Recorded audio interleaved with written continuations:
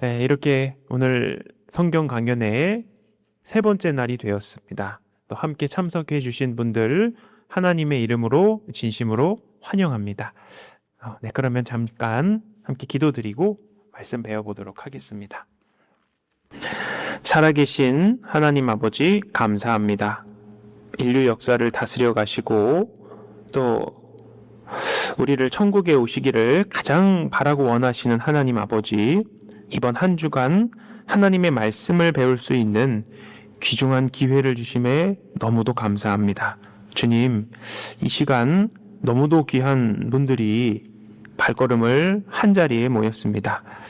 주님 바라옵기는 하나님의 살아있고 힘있는 말씀으로 우리 마음 가운데 참된 믿음과 평안을 더하여 주시고 모두가 하나님의 선물인 영생을 얻어 진리 가운데 살아갈 수 있도록 도와주시고 인도하여 주옵소서. 특히나 하나님의 말씀을 대신 전하는 부족한 입술에도 지혜와 능력을 더하여 주시고 모든 분들의 건강도 주께서 지켜주셔서 말씀을 잘 들을 수 있도록 도와주옵소서. 뿐만 아니라 악한 자 마귀가 시험하지 않도록 우리의 마음을 단단히 지켜주옵시기를 간절히 바라고 원합니다. 오늘 모든 시종을 주께 의지하며 언제나 우리를 사랑하시는 고마우신 예수님 이름으로 기도드렸습니다. 아멘. 함께 성경 찾아보시겠습니다. 사도행전 17장입니다. 신약 성경 사도행전 17장 24절을 찾겠습니다.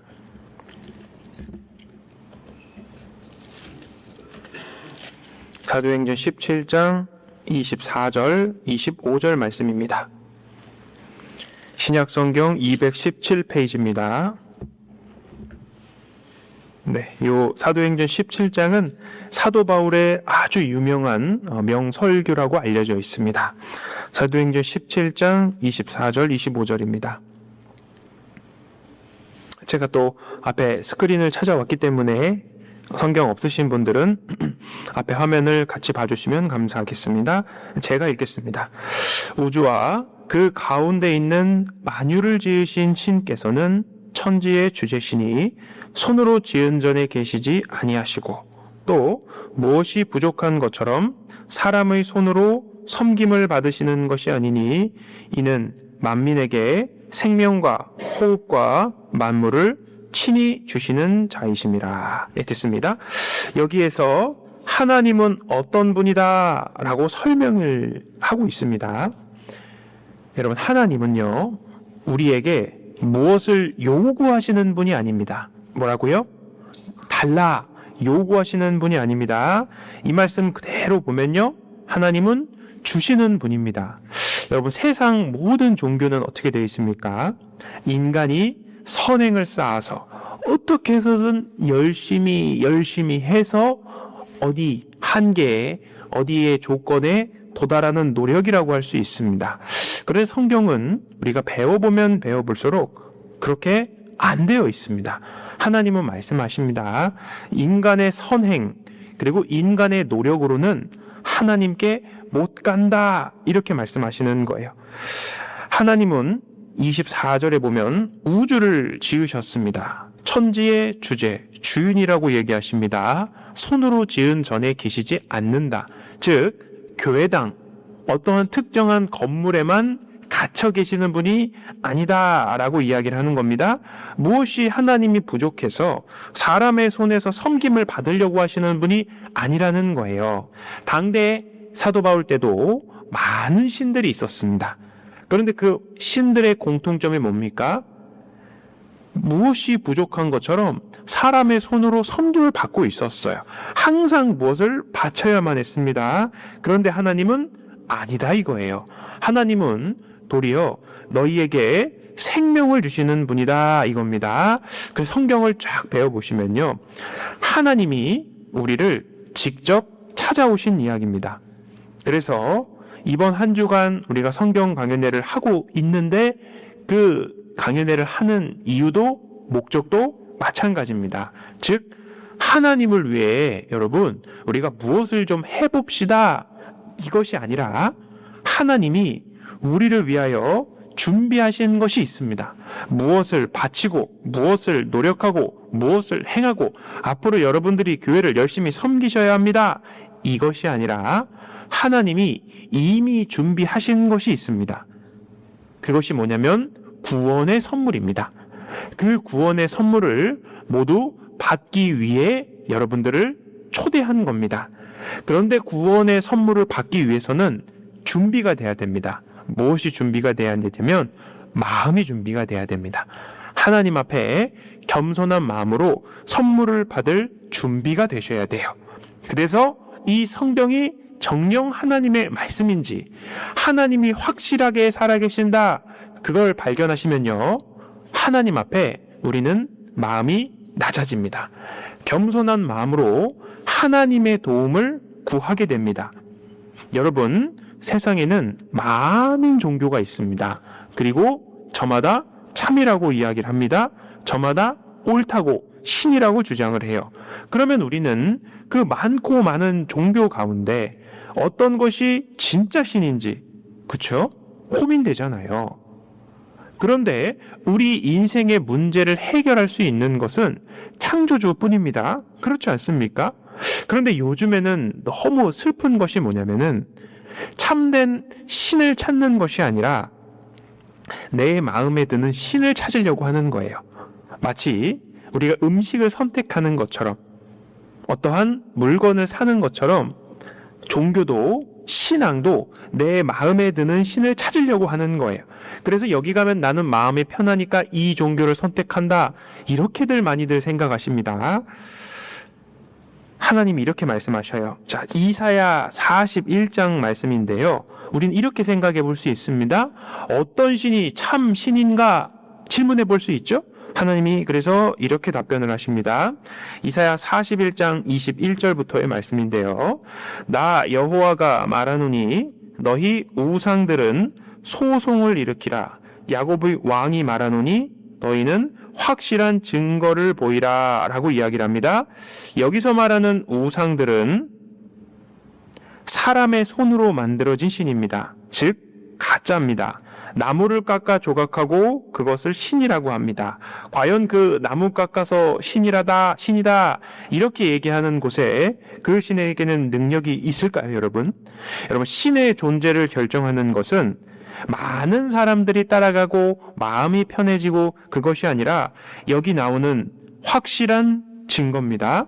그것이 정말 신인지 우리가 믿을 수 있는지 판별할 수 있습니다. 소송을 일으키라고 얘기했죠. 여러분, 소송은요, 법적인 용어예요. 아시다시피 재판에서 누가 이길 수 있느냐, 목소리 큰 사람이 이기는 것이 아닙니다. 진짜 승자는 증거를 가진 사람이 이기게 돼 있어요. 마찬가지입니다. 너희가 정말 신이라면 확실한 증거를 보여봐라 라고 하나님께서 말씀하시는 겁니다. 세상에는 얼마나 많은 종교가 있는지 몰라요. 제주도만 하더라도 18,000여 가지의 신이 있다고 합니다. 가까운 나라 일본에도 약 800만 가지의 신이 있다고 이야기를 해요. 닭광신 들어보셨습니까? 단무지 신도 계셔요. 일본에는 그리고 저기 인도에는요, 신이 3억 3천만 가지의 신이 있다고 합니다. 하루에 한 신을 찾아서 배우더라도요, 평생 못 배웁니다. 이렇게 신이 많은데 우리는 질문할 수가 있잖아요. 이 중 어떤 신이 정말 참인가? 그냥 사람보다 조금 능력이 대단한 그것이 신일까? 창조주가 아니면 신이 아니라고 우리는 확실히 알 수 있겠죠? 자, 그렇다면 참된 신이라면 어떤 신이어야만 되느냐? 자, 여기 설명을 합니다. 제가 결과부터 말씀드리면, 정말 신이라면 이 세상 역사의 처음을 알아야 될 거잖아요. 그리고 이 세상을 계획하고 다스려가고 통치하고 있기 때문에 이 세상의 끝에는 무슨 일이 벌어지게 될 건지 참된 신이라면 당연히 알아야 됩니다. 즉, 미래를 정확히 예언할 수 있어야 합니다. 그래서 얘기를 하는 겁니다. 여기 22절에 보시면요, 장차 당할 일을 우리에게 진술하라. 또 이전 일에 어떠한 것도 고하라. 우리가 연구하여 그 결국을 알리라. 혹 장래사를 보이며 후레사를 진술하라. 너희의 신됨을 우리가 알리라. 또 복을 내리든지 화를 내리라. 우리가 함께 보고 놀라리라. 과연 너희는 아무것도 아니며 너희 일은 허망하며 너희를 택한 자는 가증하니라. 하나님께서 이렇게 말씀하시는 겁니다. 자, 여기 보면 이전 일이 나오죠. 과거에 어떤 일이 있었는지 너희가 섬기는 신이 참된 신이라고 한다면 한번 말해봐라. 또 장차 당할 일, 장래사, 앞으로 무슨 일이 벌어질지 어떠한 일이 발생을 할지 너희가 신이라면 한번 얘기해봐라 라고 이야기를 하는 겁니다. 여러분, 인간에 의해 만들어진 신은요, 과거를 알 수가 없어요. 당연한 얘기죠. 미래도 알 수 없습니다. 왜냐? 단지 사람이 만들어낸 개념일 뿐이기 때문에 그렇습니다. 왜 성경만이 하나님의 말씀입니까? 세상의 모든 종교는요, 악을 버리고 선을 행하라 라는 공통적인 가르침이 있습니다. 그런데 여러분 잘 한번 생각해 보셔요. 그것이 신의 증거가 될 수는 없습니다. 성경은 이러한 단순한 도덕적 가르침을 넘어서 역사의 처음부터 끝까지를 다 기록했어요. 그러니까 함께 보고 놀라리라 라고 얘기했죠.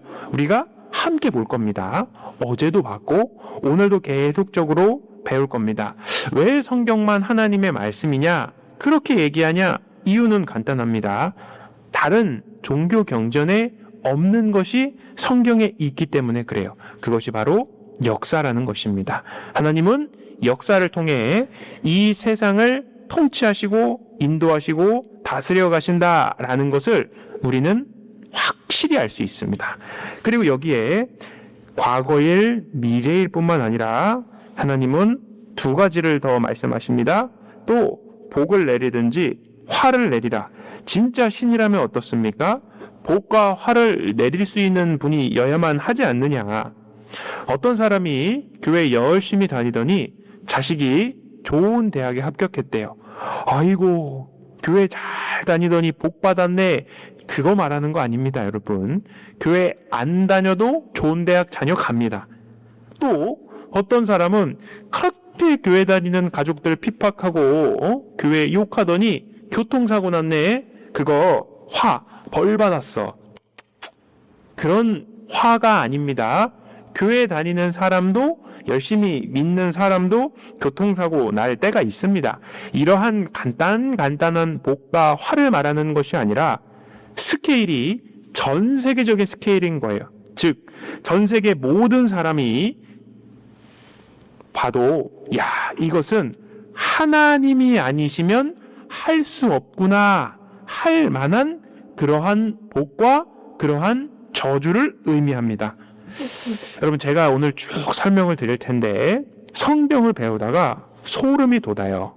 충격을 받습니다. 왜냐하면 이 과거에 기록된 성경의 그 내용들, 그 예언들이 여러분들이 지금 피부로 보고 있습니다. 피부로 와닿고 있어요. 뉴스에서도 보고 있습니다. 그러니까 뉴스 보고 성경 보고 신문 보고 성경 보고 하니까 야, 이것이 농담이 아니구나. 그것을 직접 보시기 때문에 그렇습니다. 자, 하나님은 여기서 특별한 방법을 사용하십니다. 무엇을 사용하시냐면 증인을 사용하셔요. 증인이라는 단어하고 그리고 목격자라는 단어하고 어원이 같다고 합니다. 가끔 한국에는요, 이러한 길에 이러한 그 안내판이 이렇게 붙어 있습니다. 이 사고를 목격하신 목격자를 찾습니다. 이 목격자는 사고를 정확히 본 사람입니다. 그래서 어떤 차가 신호 위반했는지, 어떤 차가 잘못했는지 내가 똑똑히 봤어요 하면은 그 목격자의 말을 들으면 누가 잘못했는지를 알 수가 있죠. 증인의 이야기를 들으면 그 상황을 바르게 판단을 내릴 수 있다 이겁니다. 하나님은 이때 이러한 증인을 선택하셔서 하나님이 정말 참인가 이걸 보여주셨습니다. 이사야 43장 10절 말씀에 보면 나 여호와가 말하노라 너희는 나의 증인 나의 종으로 택함을 입었나니 하나님이 증인을 선택하셨다라는 내용입니다. 이유가 있습니다. 하나님이 증인을 선택한 이유는 너희로 이 증인을 통해서 나를 하나님을 알고 믿으며 내가 하나님인 줄 그인 줄 깨닫게 하려 함이라. 나의 전에 지음을 받은 신이 없었느니라 나의 후에도 없으리라. 하도 신이 많다고 하니까 하나님은 내 전에도 신이 없고 후에도 없고 나 혼자 이 하나님만이 참 신이라는 것을 나타내기 위해서 알고 믿게 하기 위해서 이스라엘을 증인으로 택했다 이거예요. 43장 10절 말씀이죠. 43장 1절 말씀에 보면 그들이 누군지를 여기서 이야기합니다. 이스라엘아 내가 너를 불렀다 이렇게 얘기하죠. 즉 하나님의 증인은 누구를 얘기하는 겁니까? 이스라엘을 이야기하는 겁니다. 하나님의 증인 이스라엘을 왜 선택을 하셨냐? 간단합니다. 하나님을 알고 그렇죠? 그리고 믿을 수 있도록. 그러면 증인인 이스라엘을 보면 증인의 이스라엘의 삶과 증인의 이스라엘 역사를 보면 하나님을 알 수 있고 하나님을 확실히 믿을 수 있다 이건 겁니다. 그래서 알아보면 됩니다. 오늘 그래서 설명을 해드릴 겁니다. 정말 성경이 사실이구나라는 것을 여러분들이 다 발견하실 거예요. 자, 그러면 우리에게 좋은 것이 뭐냐면 하나님이 살아계시잖아요. 하나님은 여러분들을 미워하시는 분이 아니에요. 여러분들에게 천국을 너무나 주고 싶으신 분입니다. 그래서 준비를 하셨어요. 문제는 뭐냐면 받을 준비가 안 되어 있어서 그런 거예요. 그 받을 준비가 돼가는 겁니다. 하나님이 살아계시다는 것을 아는 것이. 그러면 하나님의 사랑을 우리가 확실히 발견할 수가 있는 거예요. 자, 그것은 내일 모레에 이어서 차차 말씀을 드릴 텐데요. 이스라엘을 하나님이 증인으로 선택하셨다. 그래서 하나님을 알고 믿게 할 수 있도록 하셨고, 그리고 이 이스라엘 백성, 이스라엘 사람들이 성경을 기록하고 성경을 보존하고 보관하게 됩니다. 그게 우리에게까지 전해지게 됐고요. 그리고 이스라엘을 선택한 이유는 이스라엘을 통해서 예수 그리스도를 이 땅에 보내주십니다. 우리가 천국 가는 그 키가 바로 예수 그리스도예요. 여기 뒤에 큰 십자가 있죠? 왜 교회당마다 이렇게 십자가가 많습니까? 예수님을 떠올려라 요거거든요. 자, 요것은 내일 모레 우리가 확인해 볼 거예요. 그래서 여러분 꼭 끝까지 꼭 오셨으면 좋겠어요. 그리고 네 번째는 이방인에게 거울로 보여주기 위해서, 이방인이라 함은 이스라엘 유대인들을 제외한 모든 다른 민족들을 이방인, 이방 사람이라고 부릅니다. 즉 우리 한국 사람도 이방인 안에 포함이 되어 있는 겁니다. 하나님은 이스라엘을 보면서 증인으로 선택해서 하나님이 어떤 분이신지를 친히 보여주셨어요. 그래서 이스라엘의 선택과 그리고 그 결과를 봤을 때 아하, 우리도 하나님 앞에 이렇게 복을 받고 하나님 앞에 이렇게 벌을 받는구나, 거울로 보여주시기 위함입니다. 그리고 또 중요한 것은 하나님이 작정한 인류의 시간을 이스라엘을 통해서 또 알려주십니다. 그래서 하나님은 이스라엘을 증인으로 삼으셨다. 많은 민족 중에서 딱 한 민족, 다른 민족은 없습니다. 이스라엘만 딱 선택을 하셨습니다. 왜 하나님은 딱 하나만 고르셨습니까? 많이, 기왕이면 많이 고르시죠. 여러분, 이스라엘은 증인입니다. 더 쉬운 표현으로 샘플이십니다. 샘플이기 때문에 이 나라에게 하나님이 약속도 하고 그리고 축복도 하고 그리고 이 저주를 내리는 모습을 보면서 아까 제가 얘기했던 전 세계 사람들이 보면서 어때요? 아, 하나님이 계시구나. 이걸 알 수 있도록 딱 하나만 골랐다 이거예요. 자, 지금 한국과 미국이 여기 있고요. 이렇게 가운데 한국과 미국 사이에 이스라엘이 있습니다. 국토는 좀 작습니다. 강원도 땅만 하고 경상도보다도 조금 작습니다. 그러니까 이게 굉장히 작은 나라를 하나님이 선택을 하셨거든요. 그러면 하나님은 왜 이런 작은 나라를 선택하셨을까? 미국과 같은 큰 나라 선택하면 더 좋았을 텐데 라고 생각할 법도 하지만 여러분, 강한 나라, 큰 나라는요 원래부터 힘이 크다라고 생각을 해요. 하나님이 도와주신다 생각을 잘 못하게 돼 있습니다. 마치 이와 같아요. 이 작은 아이와 이 마동석과 싸우면은 누가 이기겠습니까? 이건 불을 보듯 뻔하죠. 어른이 이기게 되는 경기인데 이 작은 아이가 이 어른과 싸워 이긴다. 누가 봐도 질 싸움을 이 작고 연약한 이 아이가 싸워 이긴다. 한 번이 아니라 계속적으로 이긴다. 그럼 이거 보는 관중들이 어떻습니까? 깜짝 놀라겠죠. 그래서 하나님은 작은 민족, 작은 나라를 통해서 하나님의 능력을 쫙 보여주시는 거예요. 이렇게 작은 나라가 어떻게 전쟁도 잘하고 돈도 잘 벌고 공부도 잘하고 농사도 잘 짓고 단결심도 강하고 애국심도 강하고 어떻게 그렇게 됐느냐. 그 뒤에 하나님을 보면 알 수 있다 이거예요. 제가 왜 이렇게 설명을 드렸냐면 이 류태용 박사님이신데 건국대 부총장을 지내신 분입니다. 대한민국의 새마을 운동 시절이 있었어요. 그때 그 새마을 운동을 덴마크와 일본에서 착안해서 도입했던 그때 굉장히 중요한 역할을 하셨던 분입니다. 이분이요, 대한민국에서 이스라엘 박사님이에요. 이스라엘에 대해서 가장 잘 아시는 분입니다. 그래서 이분이 EBS 교육방송에 나와서 이렇게 이스라엘에 대해서 설명을 합니다. 제가 그걸 잠깐 가지고 왔는데요. 이분 이스라엘 설명하는 걸 잠깐 보겠습니다. 공부, 여러분들 되게 어머니들 또 아빠들 계시는데 자녀들 교육시키는데 관심 많잖아요. 예. 근데 공부 잘하기로 말하면 이 사람들이 세계 으뜸이다 그래요. 그래서 어째서 으뜸이냐 그랬더니 노벨상을 받은 사람 전체 수요의 26%가 유대민족이래요. 또 두 번째, 돈을 잘 벌기로 말하면 세상에 유대인을 따라갈 도리가 없어요. 세계적으로 돈 많은 사람은 거의 다 유대인이에요. 미국에 여러분 다녀오신 분 계셔서 아시겠습니다만은 큰 빌딩, 큰 은행, 큰 백화점 거의 90%가 유대인이에요. 어떻게 하면 돈을 잘 버냐 이게요. 예. 이 중동의 조그마한 땅에다가 나라를 세워가지고 나라를 지켜나가는데 또 자기 조국의 요즘 말로 하면 안보, 뭐 국방, 민족을 지키는 그 의식이랑은 또 너무 강해요. 독립전쟁, 뭐 6.1 전쟁, 10월 전쟁, 레바논 전쟁, 전쟁만 했다 하면은 이기는 게 유태인이죠. 근데 그 유태인들이 말이요, 미국이나 프랑스군이나 영국군이 그거 주둔하고 싸워주는 일이 없어요. 한 사람도 없어요. 그렇다고 해서 인구가 많냐?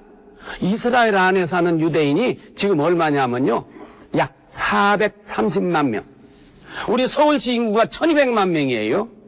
그러니까 어디 영등포만은 그 인구예요, 말하자면 이게. 그런데 세계적으로 각광을 받고 있잖아요, 이게.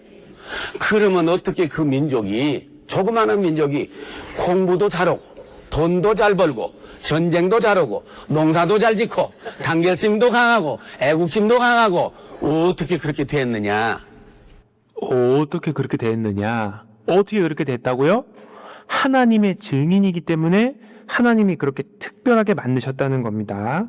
여러분, 제가 미리 설명을 드리는 것이 저는 이스라엘 옹호론자가 아니에요. 지금 정치적으로 이 문제들이 많이 있지 않습니까? 제가 뭐가 맞다 틀리다 저는 이쪽이다 이걸 말씀드리는 것이 아니라 성경에 나와 있는 그것을 그대로 말씀을 드리는 겁니다. 그래서 우리는 성경대로 이스라엘의 역사가 정말 그렇게 펼쳐졌느냐 그걸 보시면 돼요. 왜? 그 뒤에 하나님이 있다고 얘기를 하니까요. 자, 이스라엘하고 하나님하고 백성을 삼기 위해, 증인을 삼기 위해서 상호간에 계약, 약속을 맺습니다. 그 약속의 계약서가 여러분들이 가지고 계신 성경 신명기라는 성경이에요. 신명기 11장에 보면 계약의 내용은 아주 심플합니다. 즉 하나님 말씀에 순종하면 복을 줄 거야. 전 세계 탑으로 만들어 줄게. 그런데 너희가 하나님의 말씀을 순종하지 않을 때는 너희가 이러저러한 저주를 받게 될 거야. 전 세계의 가장 비참한 민족이 될 거야 라는 내용입니다. 자, 지금 2026년 우리 여기 살고 있죠. 여기에 나오는 창세기, 신명기, 모세 오경에 해당되는 성경은 지금으로부터 3,500년 전입니다. 자, 기원 전후를 가르는 예수님 탄생 기준으로 봤을 때는 이 신명기가 1,500년 전의 말이에요. 그렇죠? 이 1,500년 전, 즉 신명기에 하나님과 이스라엘 백성들의 계약이 나오고 그 디테일한 계약을 이스라엘 백성들이 받았다 이겁니다. 그리고 그 후에 이스라엘의 역사는 진행이 되는 거예요. 우리는 감사한 것이 역사는 흘렀기 때문에 성경을 보고 그리고 이스라엘의 역사를 세계 역사 가운데 살펴보면 됩니다. 그리고 역사와 성경이 맞는지만 확인만 하면 아주 간단한 겁니다. 자, 신명기 28장인데 제가 시간 관계상 좀 미리 좀 찾아왔습니다. 여기 28장 1절에 보면 오늘날 내게 명하는 그 모든 명령을 지켜 행하면 내 하나님 여호와께서 너를 세계 모든 민족 위에 뛰어나게 하실 것이라. 그쵸? 내가 들어와도 복을 받고 나가도 복을 받을 것이니라. 내 대적들이 일어나 너를 치려 하면 여호와께서 그들을 내 앞에서 패하게 하시리니 그들이 한 길로 너를 치러 들어왔으나 내 앞에서 7길로 도망하리라. 자, 전쟁하면 이긴다는 거예요. 들어와도 복이고 나가도 복이고 어떤 민족은 집에 복복자 쫙 써가서 붙이는 게 있어요. 들어와도 나가도 복 받고 싶다고. 이스라엘이 그렇게 될 거다. 그리고 내 손으로 하는 모든 일에 복을 주시리니 내가 많은 민족에게 꾸어줄지라도 너는 꾸지 아니할 것이요 다른 사람에게 빌려주는 거다. 하는 일마다 너 복 받을 거야 라고 얘기합니다. 자, 이 계약은 언제 계약이라고요? 지금으로부터 3,500년 전의 계약이다 이 말입니다. 그리고 여호와께서 너로 머리가 되고 꼬리가 되지 않게 하시며 위에만 있고 아래에 있지 않게 하시리니 오직 너는 내가 오늘날 내게 명하는 내 하나님 여호와의 명령을 듣고 지켜 행하며 하나님 말씀 잘 들으면 어때요? 이러한 복을 주겠다라고 이야기합니다. 그리고 28장에 이어서 순종하지 아니할 때는 어떻게 하냐? 순종하지 않을 때, 불순종했을 때는 이 모든 저주가 내게 미칠 것이니 성읍에서도 저주를 받고 들에서도 저주를 받고 어디를 가든지 저주를 받을 거야. 그리고 디테일하게 이렇게 나옵니다. 여호와께서 너로 내 대적 앞에 패하게 하시리니 아까는 싸웠다면 이기는데 지금은 싸웠다면 패하는 거예요. 그리고 내가 한 길로 그들을 치러 나가서는 그들의 앞에서 7길로 도망할 것이며 내가 또 세계 만국 중에 흩음을 당하고 하나님이 너희 민족을 전 세계에 흩어버릴 거다라고 이야기를 합니다. 내 시체가 이렇게 잘 보셔요. 시체가 공중의 모든 새와 땅의 짐승들의 밥이 될 것이나 그것들을 쫓아줄 자가 없을 것이며 너무 비참하죠. 3,500년 전 26절의 이 말씀을 기억해 보시고요. 그리고 33절 보시면은 내 토지 소산과 내 수고로 얻은 것을 내가 알지 못하는 민족이 먹겠고 너는 항상 압제와 학대를 받을 뿐이리니 이러므로 내 눈에 보이는 일로 인하여 내가 미치리라. 미쳐버릴 거다 이거예요. 항상 빼앗긴다 이겁니다. 그런데 실제로 성경을 읽어보면 복에 대한 약속보다 저주에 대한 약속이 더 많습니다.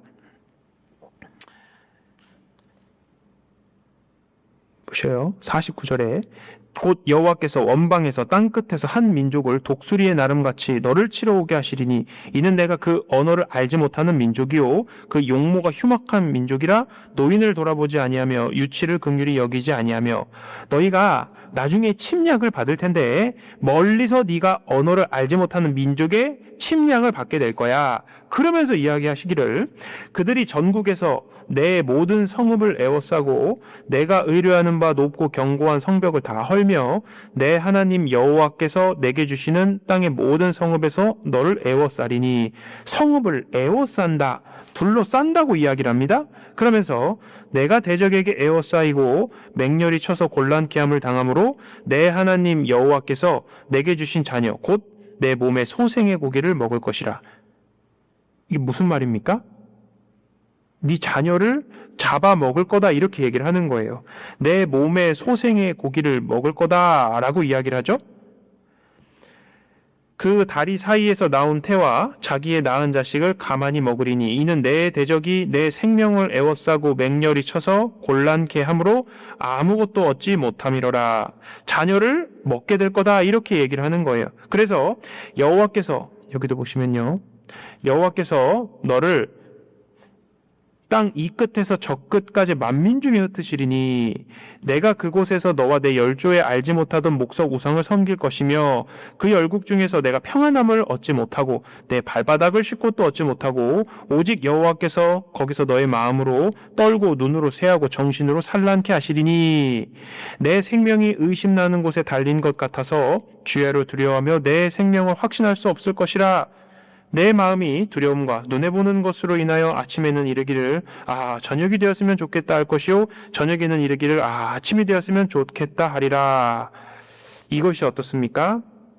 계약서의 내용입니다. 동일한 레위기 모세오경 동일한 레위기 26장의 말씀에도 내가 너희를 열방 중에 흩을 것이요 칼을 빼어 너희를 따르게 하리니 너희의 땅이 황무하며 너희의 성읍이 황폐하리라 라고 약속을 하십니다.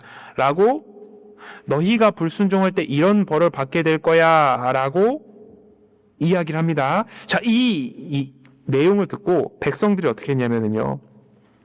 백성이 일제히 응답하여 가로되 여호와의 명하신 대로 우리가 다 행하리이다. 모세가 백성의 말로 여호와께 회보하되 즉 이스라엘 백성들이 네 저희는 하나님의 증인이 되겠습니다. 하나님의 백성이 되겠습니다. 하면서 하나님과 언약, 계약을 맺게 돼버립니다. 자, 이렇게 이스라엘에 이러저러한 일이 있을 거다라고 성경은 미리 기록이 되어 있습니다. 다시 말씀드리지만 우리가 할 수 있는 일은 이제 확인만 해보면 되는 거예요. 이스라엘 백성들이 지키겠습니다. 했습니다. 그래서 실제로 이스라엘 백성과 하나님 간의 관계가 굉장히 좋았을 때가 있었습니다. 잘 아시는 다윗, 또 솔로몬 시대 때까지 괜찮았지만 그 후에 이스라엘이 남과 북으로 나눠지게 됐고 어떻게 됐느냐면 많은 우상들을 주변에 살고 있던 많은 민족과 나라의 영향을 받아 우상을 섬기게 되고 하나님을 버리게 됩니다. 그게 이 구약 성경 하반부에 두껍게 나오는 그 내용이에요. 자, 이 두 장으로 이스라엘 백성들의 모습을 딱 설명을 해보면 딱 이겁니다. 이 아합이라는 왕은요, 아예 다른 나라의 우상들을 수입했습니다. 그리고 하나님의 선지자들을 죽이고 또 죽이려고 했습니다. 이게 마치 뭐와 같냐면은 제가 어제 성경에는 동일한 스토리가 반복된다고 했었지 않습니까? 노아 시대하고 똑같은 거예요. 노아가 뭘 전했습니까? 사람들한테? 잘 먹고 잘 사는 법, 행복해지는 법, 하나님의 사랑? 그것이 아닙니다. 죄가 이렇게 가득 찼습니다, 여러분. 곧 하나님께서 이 세상을 심판하십니다. 피하는 방법은 타는 겁니다. 그렇게 외쳤습니다. 하지만 역시나 이스라엘 백성들은 그 말을 듣지 않았습니다. 여호와김이라는 왕은요, 아예 하나님의 말씀을 찢습니다. 왜요? 너무 싫거든요. 하나님한테 안 들어오면 저주받는다고 하니까요, 너무 듣기가 싫은 거예요. 찢어버립니다. 그리고 불태워버려요. 그리고 이 민족들의 그러한 문화 풍습을 받아서요, 여기 보면 아이가 있죠? 네, 아이를 불로 태워버립니다. 인신 제사까지 이스라엘 역사 가운데 실제로 있었습니다. 하나님 보실 때 너무 악한 거예요. 여러분, 세계 역사 가운데 인신 제사가 있었던 문명과 문화권은요, 다 박살났습니다. 하나님이 가만두지 않으세요. 그리고 이와 동시에 3,500년 전 기록이고 예수님 당대의 기록으로는 1,500년이죠. 500년 전이죠. 이 약속이 있는 후로 이스라엘 역사가 계속 진행이 되는데 이때 이 주변 열강들에 의해서 이스라엘이 계속 학대와 압제를 받습니다. 사사시대에는 주변에 가난한 여러 민족들에게, 그리고 바벨론, 그리고 페르시아, 헬라, 그리스, 로마, 이 나라에 많은 이 식민지 생활을 합니다. 몇백 년 동안, 아니 몇천 년 동안 식민지 생활을 해요. 그리고 뿐만 아니라 하나님께서는 이스라엘 백성들이 계속 돌이키지 않았습니다. 그래서 구약 성경에 준비되신 보내주시겠다는 메시아를 이 로마 시대에 하나님께서는 하나님의 아들이신 예수 그리스도를 이 땅에 보내셨습니다. 네, 요 예수님은 너무너무 중요하기 때문에 우리가 이제 내일 모레 이 예수님에 대해서 우리가 확실히 알아볼 텐데요. 이 예수님은 구약 성경 때부터 백성들의 인생의 문제, 즉 죄의 문제를 해결하기 위해 하나님께서 보내신다라고 약속이 되어 있습니다. 이 예수님께서요, 많은 말씀도 하셨고 많은 기적과 이적을 보이셨어요. 날 때부터 맹인이 된 사람의 눈을 뜨게 하셨고, 죽은 아이를 살리셨고, 죽은 지 3일이나 되는 나사로를 살리셨습니다. 여러분, 예수님이 병을 고쳐주시긴 하셨습니다. 그런데 예수님이 병만 고치러 오셨다면은 33년밖에 안 사실 필요가 없어요. 한 300년 사시면서 몸 아픈 불쌍한 사람들 다 고쳐주셨을 거예요. 그런데 예수님은 3년 반 동안의 공생의 사역을 하십니다. 실제로 이런 기적과 이적을 행하신 것은 단지 육신의 몸을 살리기 위한, 병만 고치기 위함이 아닙니다. 병 고침을 받았지만 그 사람도 시간 지나면 다 죽었습니다. 이것은 영혼의 교훈이 담겨 있는 거예요. 죄와 사망의 맹인이 되고 죽었던 우리를 예수님을 통해 다시 살리실 것을 교훈하셨고, 예수님이 항상 무슨 얘기 하셨냐면요, 죄의 이야기 하셨어요. 너희 회개하라고. 너희 죄가 하나님 앞에 그대로 드러난다고. 그리고 이 예수님도 지옥에 대한 이야기, 심판에 대한 이야기를 굉장히 매섭게 하셨습니다. 왜? 성경에 그대로 기록되어 있어요. 지옥 얘기를 제일 많이 하신 분이 예수님입니다. 왜 그럴까요? 겁주려고요? 아닙니다. 절대 오지 말아라 라고 이야기를 했고, 영원한 생명, 하나님의 나라에 어떻게 갈 수 있는지 이런 거에 대해서 쫙 얘기를 했습니다. 그런데 예수님이 기적과 이적 행하실 땐 사람들이 구름대같이 몰려들었어요. 그 뒤에 항상 예수님은 영혼의 교훈을 얘기하셨거든요. 영혼에 대한, 영생에 대한 말씀을 딱 하니까요, 성경에 기록되어 있습니다. 이게 뭔 말이냐? 너무 어렵다. 다 돌아가니라 라고 합니다. 그래서 예수님이 제자들에게 너희도 가려느냐? 이렇게 질문하는 장면이 나옵니다. 즉 육신의 문제를 해결해 주실 때는 구름대같이 몰려들었는데, 영혼에 대한 문제, 죄에 대한 문제를 딱 얘기하니까요, 사람들이 관심이 없었어요. 그리고 대표적인 사건이요, 그 당대에 스스로 의롭다고 자처하던 종교가들이 있었습니다. 그들은 사회 기득권이었어요. 바리새인, 서기관들, 종교 지도자였습니다. 백성들의 지도자였어요. 그러니까 지금으로 따지면 그분들이 목사님, 장로님, 권사님, 집사님, 그런 분들이었어요. 도덕적으로도 어떻습니까? 박수 받았던 분들인데 존경받는 위치에 있었는데, 성경에 그대로 기록되어 있습니다. 예수님이 칭찬을 하신 게 아닙니다. 예수님이 신랄하게 비판을 하시고 죄를 지적하셨어요. 뱀들아, 독사의 자녀들아, 하여튼 제가 좀 순화해서 표현을 했는데, 너희에게 임박할 진노를 너희가 피하지 못한다 이렇게 얘기합니다. 너희는 썩은 무덤이다 이거예요. 회칠한 무덤이다. 안에는 송장, 더러운 게, 썩어가는 게 가득한데 겉으로는 아름답게 칠해놨지 않느냐. 너희 마음이 그렇다. 너희는 외식한다. 외식과 불법이 가득하다 라고 이야기를 합니다. 겉다르고 속다른 거예요. 겉으로는 경건하게 보이고 거룩하게 보이지만 너희 속에는 새카만 죄가 가득하다. 예수님이 그렇게 말씀하셨어요. 여러분, 그 말을 듣는 그 종교가들은 어떤 반응을 보였을까요? 여러분 보세요. 정말 하나님 앞에 마음이 낮아지고 정말 인생의 문제를 해결하려고 하는 마음이 있었다면, 예수님 맞습니다. 제가 겉으로는 이렇게 선해 보이고 열심히 노력은 하지만 마음에는 여전히 죄가 있습니다. 이 죄인을 어찌해야 합니까? 라는 마음이 들어야 되는데, 그 사람들이 어떻게 되냐면 눈이 뒤집힙니다. 그리고 예수 죽이자 이렇게 합니다. 그냥 죽일 수 없죠? 왜요? 죄가 없으니까요. 당대의 로마의 통치를 받고 있었기 때문에 사형 권한이 없었어요. 그래서 재판을 해서 사형죄를 엮어가지고 죽였습니다. 그런데 그냥 죽일 수가 없으니까요, 사람들을 선동합니다. 저 예수가 자기가 실제 하나님이라 그래. 참남된 말을 해. 거짓된 말을 한다니까 많은 사람들을 미혹하고 로마에 있는 나라에 정말 큰 피해를 주는 사람이야 하고 많은 사람들이 선동당해서 실제로 어떻게 합니까? 이 예수님을 잡아다가 재판대에 세웁니다. 이 로마 총독은요, 죄가 없는 거예요. 3번이나 죄 없다, 죄 없다, 죄 없다 풀어주려고 했고, 살인 강도를 데리고 와서 자, 너네 명절 있지? 누구를 풀어줄까?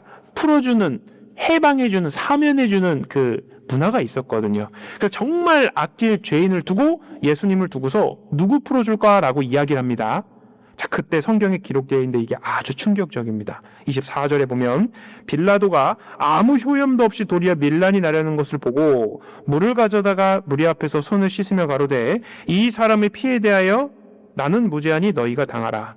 안 된다 안 된다 계속 살려주려고 했는데 이제는요, 이 밀란이 날려고 대모 폭동이 일어나는 것을 보고서 이 사람이 물 가지고 하고 손 닦으면서 손 터는 거예요. 나는 죄 없다.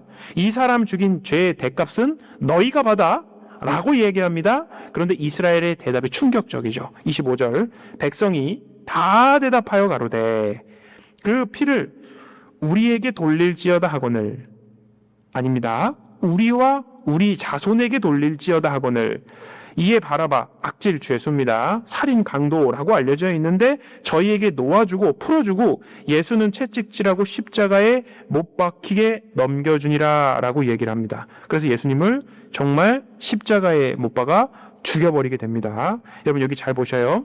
25절에 그 피를 우리와 우리 자손에게 돌릴지어다, 우리에게만 돌릴지어다 하지 않고 우리 자손에게 돌릴지어다 라고 이야기를 합니다. 이스라엘 사람들은 예수님이 누군지를 몰랐어요. 자기가 하는 말이 얼마나 크고 잘못된 말인지를 이 사람들은 깨닫지 못했습니다. 하나님이 얘기하세요. 말 함부로 하면 안 된다.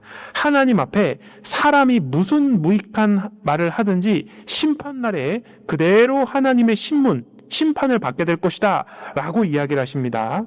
이스라엘 사람들은 예수님을 단지 사람으로 생각했었기 때문에 이렇게 쉽게 간단하게 가볍게 말을 했습니다. 자기들의 죄를 해결하러 오신 그 예수님을 십자가에 못 박았어요. 여러분 너무 슬픈 게 뭐냐면요, 지금도 이것은 반복됩니다. 예수님은 오히려 나를 구원하려고 오셨는데 지금도 예수님을 배척하고 예수님을 받아들이지 않는 많은 사람들이 있다는 거예요. 여러분 이스라엘 역사는 어떻게 됐을까요? 그 후로 어떻게 됐을까요? 여기 보시면 AD 70년에 보시면요, 로마에 의해 110만 명이 학살당합니다. 로마가 이스라엘로 쳐들어와서요 110만 명을 무자비하게 죽여버립니다. 신명기 1500년 전 신명기 성경에 언어를 알지 못하는 독수리 같은 그런 흉악한 민족이 온다 그랬죠? 로마를 상징하는 동물이 있습니다. 독수리입니다. 그리고 이스라엘이 알지 못하는 언어를 사용하고 있어요. 1500년 전에 예언된 대로. 그리고 AD 70년에 로마 타이터스라는 장군이 황제가 되기 전에 군대를 이끌고 예루살렘에 쳐들어왔습니다. 예루살렘은 아주 튼튼한 난공불락의 성벽을 가지고 있었는데 그게 안 되니까 이 로마에서 뭘 했냐, 이 역사적으로 그대로 문헌으로 남아 있습니다. 토성을 쌓았습니다. 그 주변을 포위해서.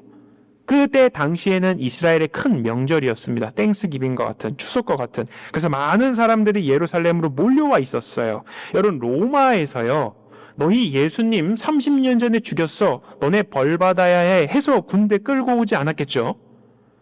하나님께서는 하나님의 말씀을 성취하기 위해서 당대 로마 황제의 마음도 하나님은 바꾸시는 거예요. 이때 포위를 5개월 동안 했다고 합니다. 실제로 역사에 그대로 나오는 거예요. 아까 1500년 전, 이때 당시 사람들 기준으로 1500년 전에 자녀의 고기를 먹는다 그랬죠. 이때 당시에 요세푸스라는 장군이자 역사가가 있었습니다.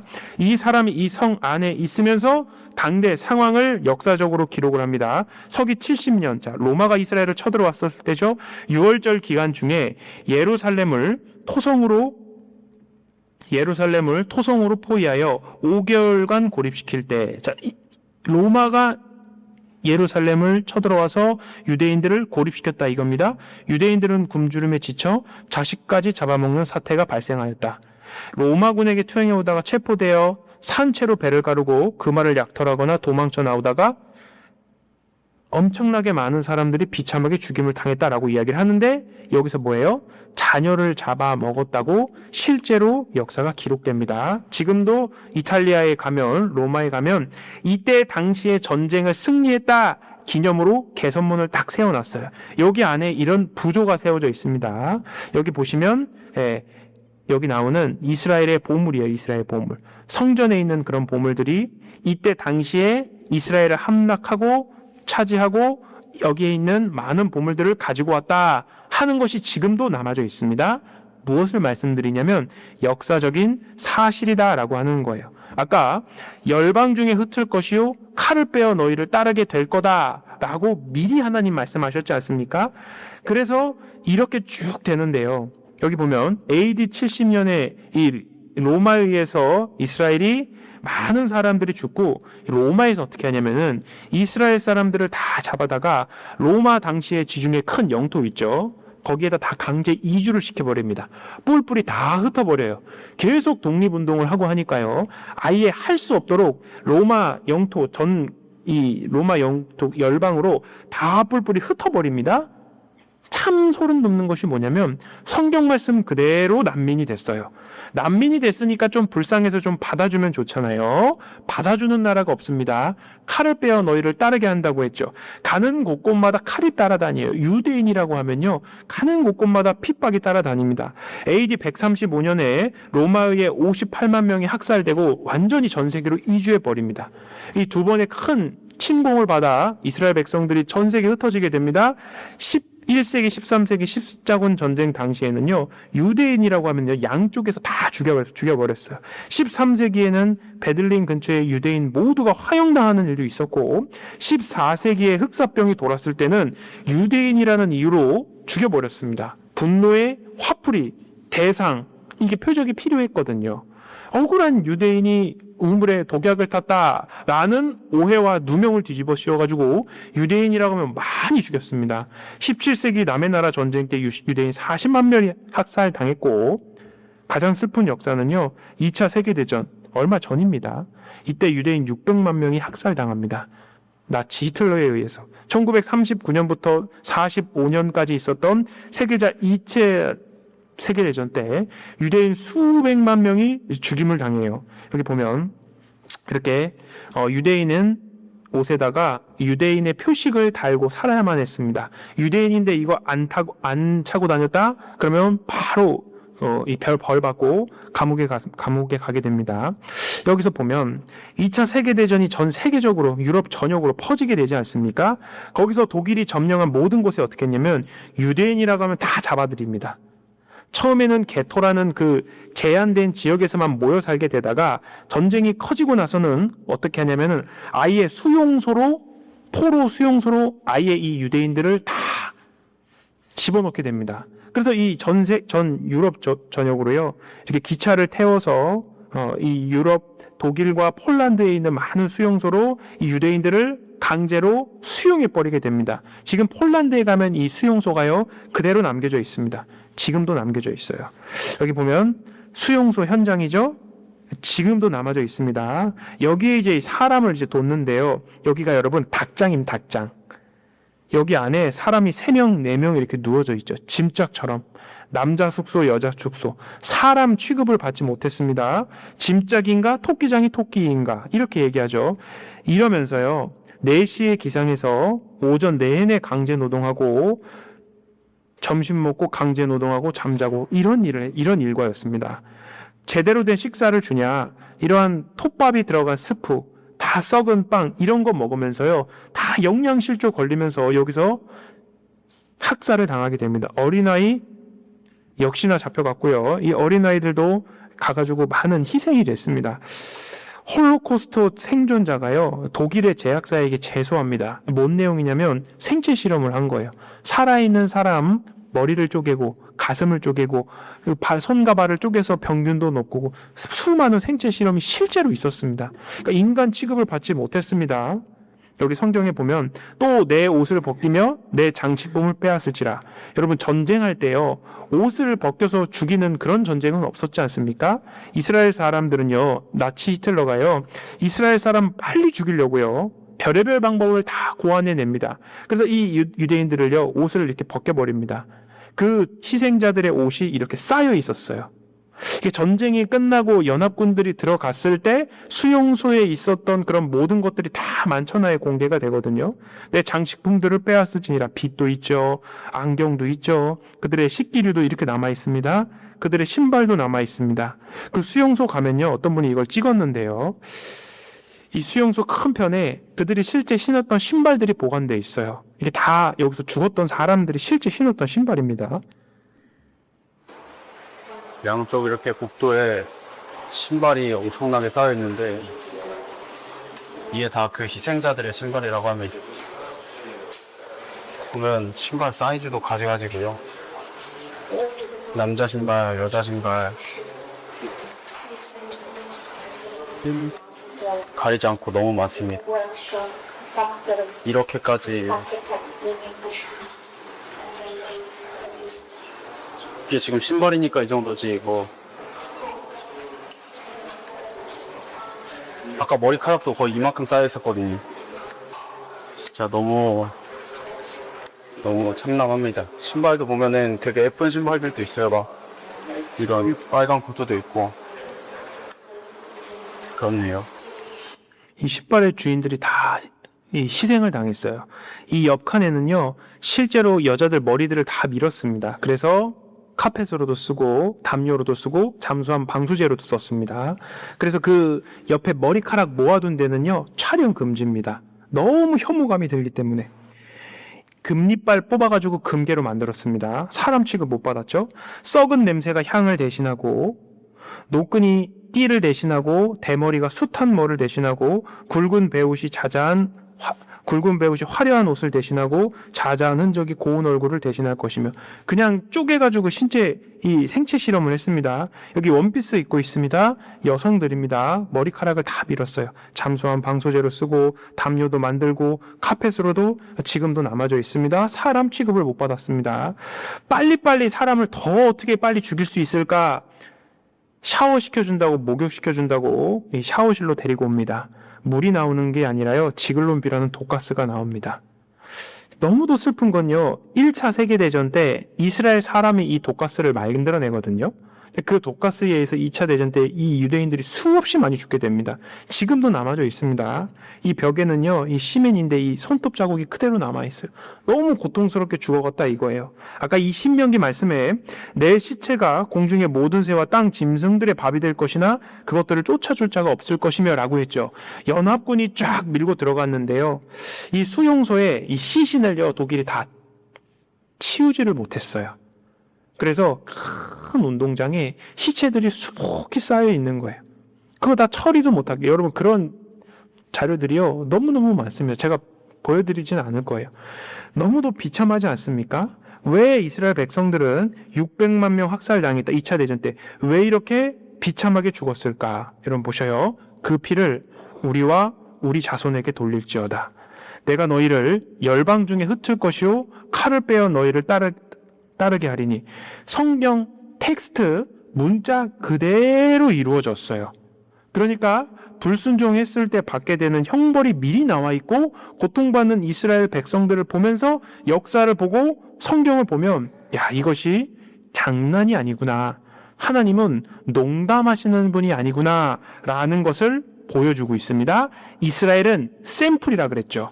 여러분, 화장품 샘플 써보면 어떻습니까? 이게 좋은지 안 좋은지, 나한테 맞는지 안 맞는지를 알 수 있는 것처럼 이스라엘은 샘플이기 때문에, 야, 예수님 배척했을 때 받게 되는 형벌이, 이스라엘 백성들은 2000년 동안 벌을 받았다면 우리는 그 이상의 형벌도 받게 되는구나, 환난을 받게 되는구나 하는 교훈을 얻을 수 있습니다. 그 경고를 우리는 받을 수가 있는 거예요. 그래서 반드시 우리는 예수님을 알아야 됩니다.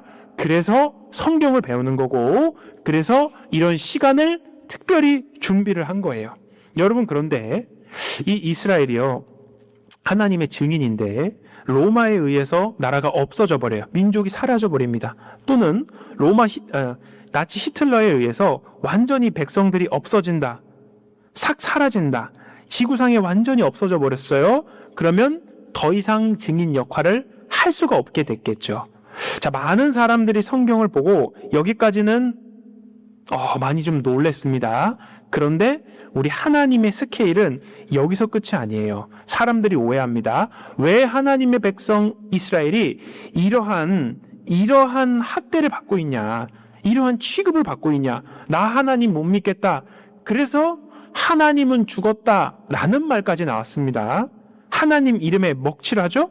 그래서 하나님은 이러한 백성, 고통 없고 힘 없고 돈 당연히 없고 백 없는 이 백성이 다시 나라가 되게 합니다. 그리고 나라가 되게 할 뿐만 아니라 전 세계 탑으로 만들어버려요. 돈도 제일 많이 벌고 힘도 가장 센 나라가 되겠다라고, 사실 그것도 신명기 성경에 미리 약속을 하십니다. 또 다른 구약 성경에 이스라엘 백성들이 돌아오게 될 거고 회복될 거고 더 강한 나라가 될 거다라고 하나님이 미리 기록을 해놓으십니다. 사람들은 그걸 보겠죠. 여러분 100년 전만 하더라도요, 이 성경을 배우고 공부한 사람들은 이게 뭔 뜻인지를 몰랐습니다. 그런데 우리가 살고 있는 시대에는 이게 정말인가를 너무나 잘 확인할 수 있어요. 그래서 우리가 이걸 말씀대로 이스라엘이 정말 회복되었구나 하면은요, 우리는요 인정해야 됩니다. 무엇을요?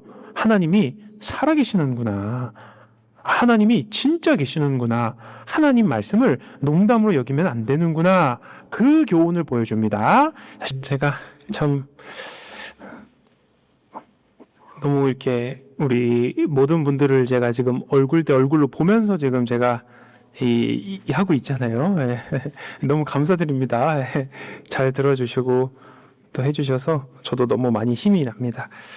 개인적으로 만약에 제가 100년 전 사람이었으면 나는 과연 하나님을 믿을 수 있었을까? 저도 굉장히 의심이 많은 사람이거든요. 저도 웬만해선 믿음도 그렇게 좋지 않고 의심도 많고, 그런데 감사한 것은 오늘날 우리가 믿을 수 있는 증거들을 하나님이 너무나 많이 주신 것이 너무 감사한 거예요. 그리고 또 특히나 이 부분을 준비하면서 저는 정말 소름이 돋습니다. 이게 정말 그냥 사람이 열심히 해서 할 수 있는, 이스라엘이라는 한 민족과 국가가 단지 지혜롭고 단지 열심히 하고 과거에 대한 그러한 불만, 울분이 나와서 있는 거다라고 하기에는 정말 하나님이 있기 때문에 가능하다, 그렇게 판단이 되거든요. 여기 보셔요. 여기도 동일하게 신명기 말씀을 가져왔습니다. 신명기 30장 4절 5절 말씀에 보면요, 아직 이스라엘이 쫓겨나가고 전 세계에 흩어지기도 전이지 않습니까? 이스라엘 백성들이 출애굽하고 가나안 땅으로 돌아올 때 그때의 시점인데, 너의 쫓겨간 자들이 하늘가에 있을지라도 내 하나님 여호와께서 거기서 너를 모으실 것이며, 죄송합니다. 거기서 너를 모으실 것이다. 거기서부터 너를 이끄실 것이다. 자, 5절. 내 하나님 여호와께서 너를 내 열조가 얻은 땅, 네 조상들이 얻은 땅, 지금의 이스라엘 땅으로 돌아오게 하사, 그쵸?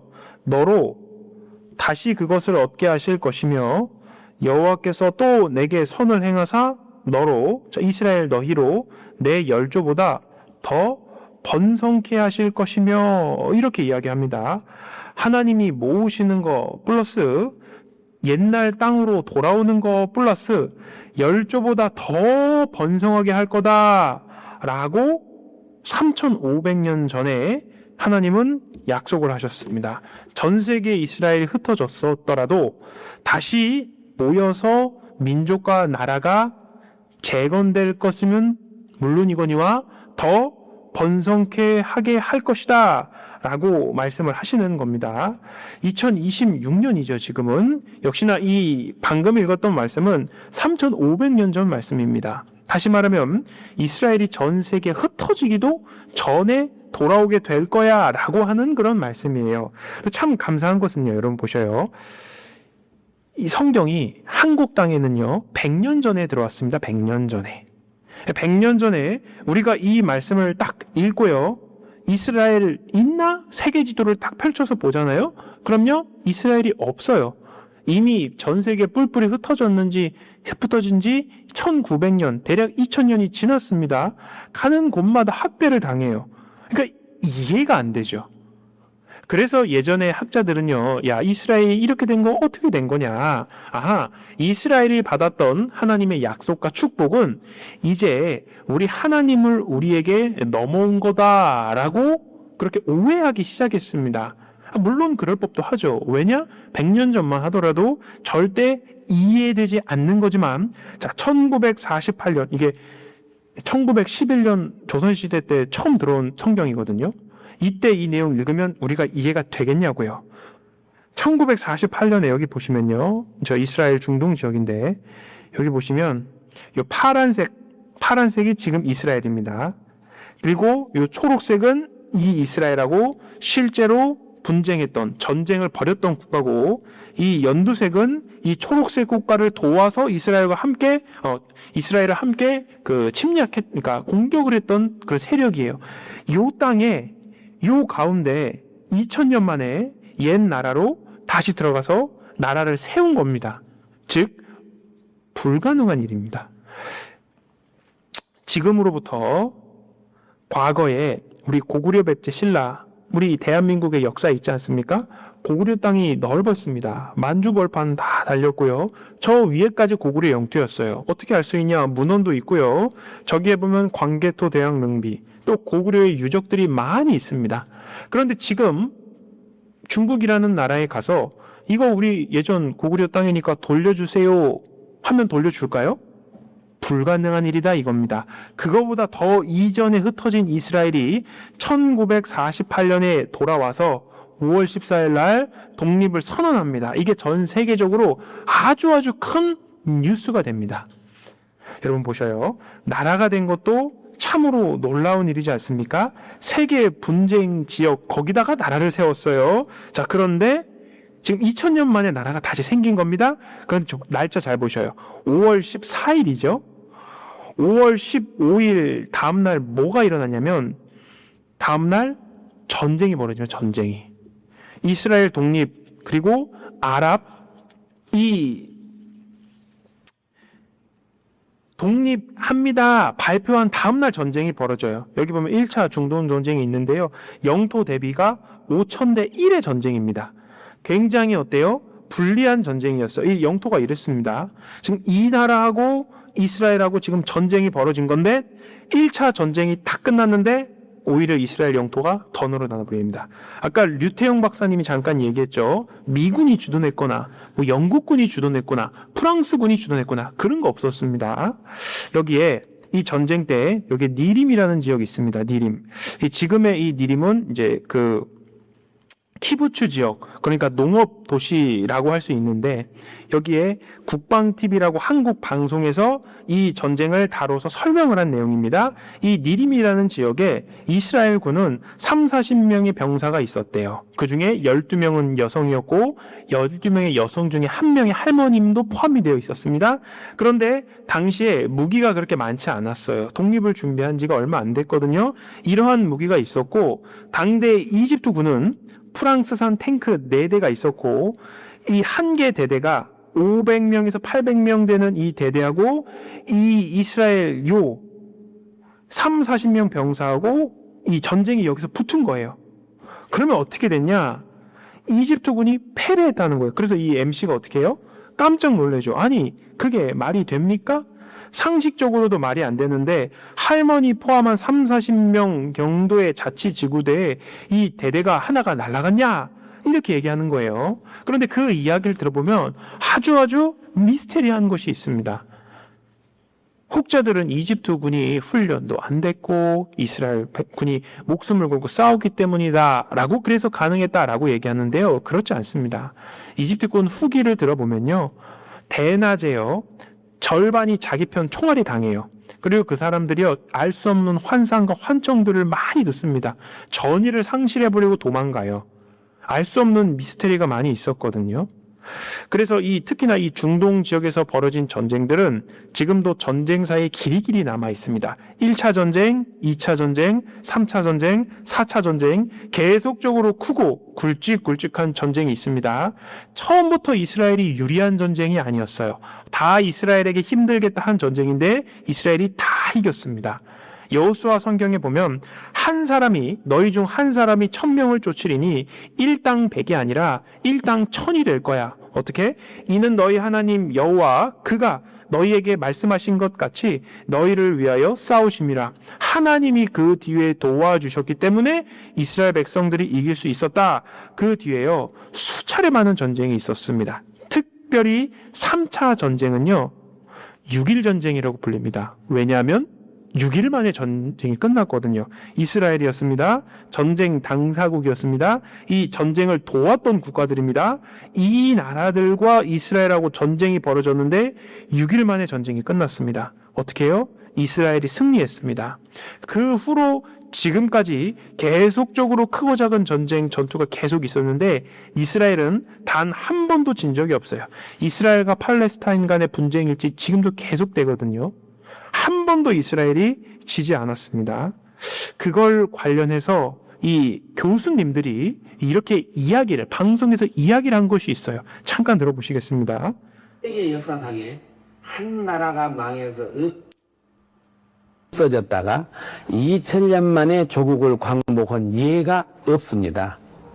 우리나라로 본다면은 2000년 전에 삼국시대에 해당됩니다. 지금 만주에 대륙에 가보면은 우리 선조들이 다스리던 땅 유적 흔적 많습니다. 왕궁터도 있고 광개토대왕 비뿐만 아니라 다른 비석도 많이 있습니다. 우리가 지금 거기 가서 태극기를 꽂고 나라를 건설한 일이나 똑같습니다. 불가능한 얘기입니다. 종교인이건 비종교인이건 간에 이스라엘의 독립은 기적이다 얘기를 합니다. 19세기 말에 유대인에 대한 핍박과 학살, 제1차 세계대전, 제2차 세계대전, 역사상 일어날 수 있는 확률이 극히 낮은 것임에도 불구하고 이것이 연속적으로 일어난 그런 사례가 세계 역사상 없다는 것입니다. 세계 역사상 이런 사례는 없습니다, 여러분. 그래서 이 교수님이 뭐라고 얘기하냐면 종교인이건 비종교인이건 간에 이스라엘의 독립은 기적이라고 얘기한다라고 이야기를 합니다. 여러분들이 성경을 안 배우셨었고 이스라엘 역사만 본다면은 야, 이스라엘 기적이네라고 하실 수는 있는데 지금은 여러분 성경을 그대로 읽어 보시고 나서 이스라엘을 딱 대봤잖아요. 그러니까 야, 이거는 기적이다.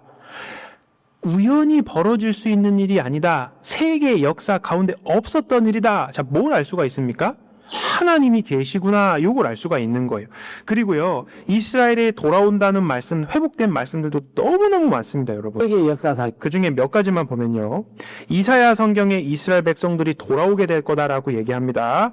동방, 서방, 북방, 남방, 동서남북, 즉 전 세계로 흩어진 이스라엘 백성들이 사방에서 돌아오게 될 거야 라고 예언을 합니다. 이사야 성경은 지금으로부터 2600년 전, 2700년 전의 성경입니다. 다시 말하면 이스라엘이 전 세계에 흩어지기도 전에 돌아오는 모습이 기록되어 있는데, 자, 이거 참 재밌는 게 있어요. 여기 보셔요. 6절에 내가 하나님이 북방에 이르기를 놓으라 이렇게 얘기를 합니다.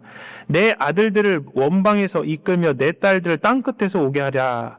무릇 내 이름으로 일컫는 자 곧 내가 내 영광을 위하여 창조한 자를 오게 하라. 내가 그들을 지었고 만들었느니라. 하나님의 백성들 돌아오게 하라는 거예요. 그러면서 북방에 이르기를 뭐라고 얘기합니까?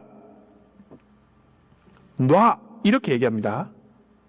여러분 참 재밌는 건 뭐냐면요, 1948년 독립 이후로 이스라엘은, 전 세계에 흩어진 이스라엘 민족들은 이스라엘 땅으로 돌아오고 있습니다. 지금도 계속해서 돌아가고 있어요. 자, 그런데 여기 이스라엘 여기 있습니다. 여기 이스라엘인데 북방에 이르기를 놓으라라고 했죠. 자, 이스라엘 북쪽에 어떤 도시가 있습니까? 모스크바라는 도시가 있네요. 자, 지금의 러시아고 과거에 이스라엘이 독립할 때는 소련이 있었습니다. 자, 그런데 이 소련의 역사는 그리 길지 않아요. 북쪽에는 국가와 나라가 태동된 지가 얼마 안 됐습니다.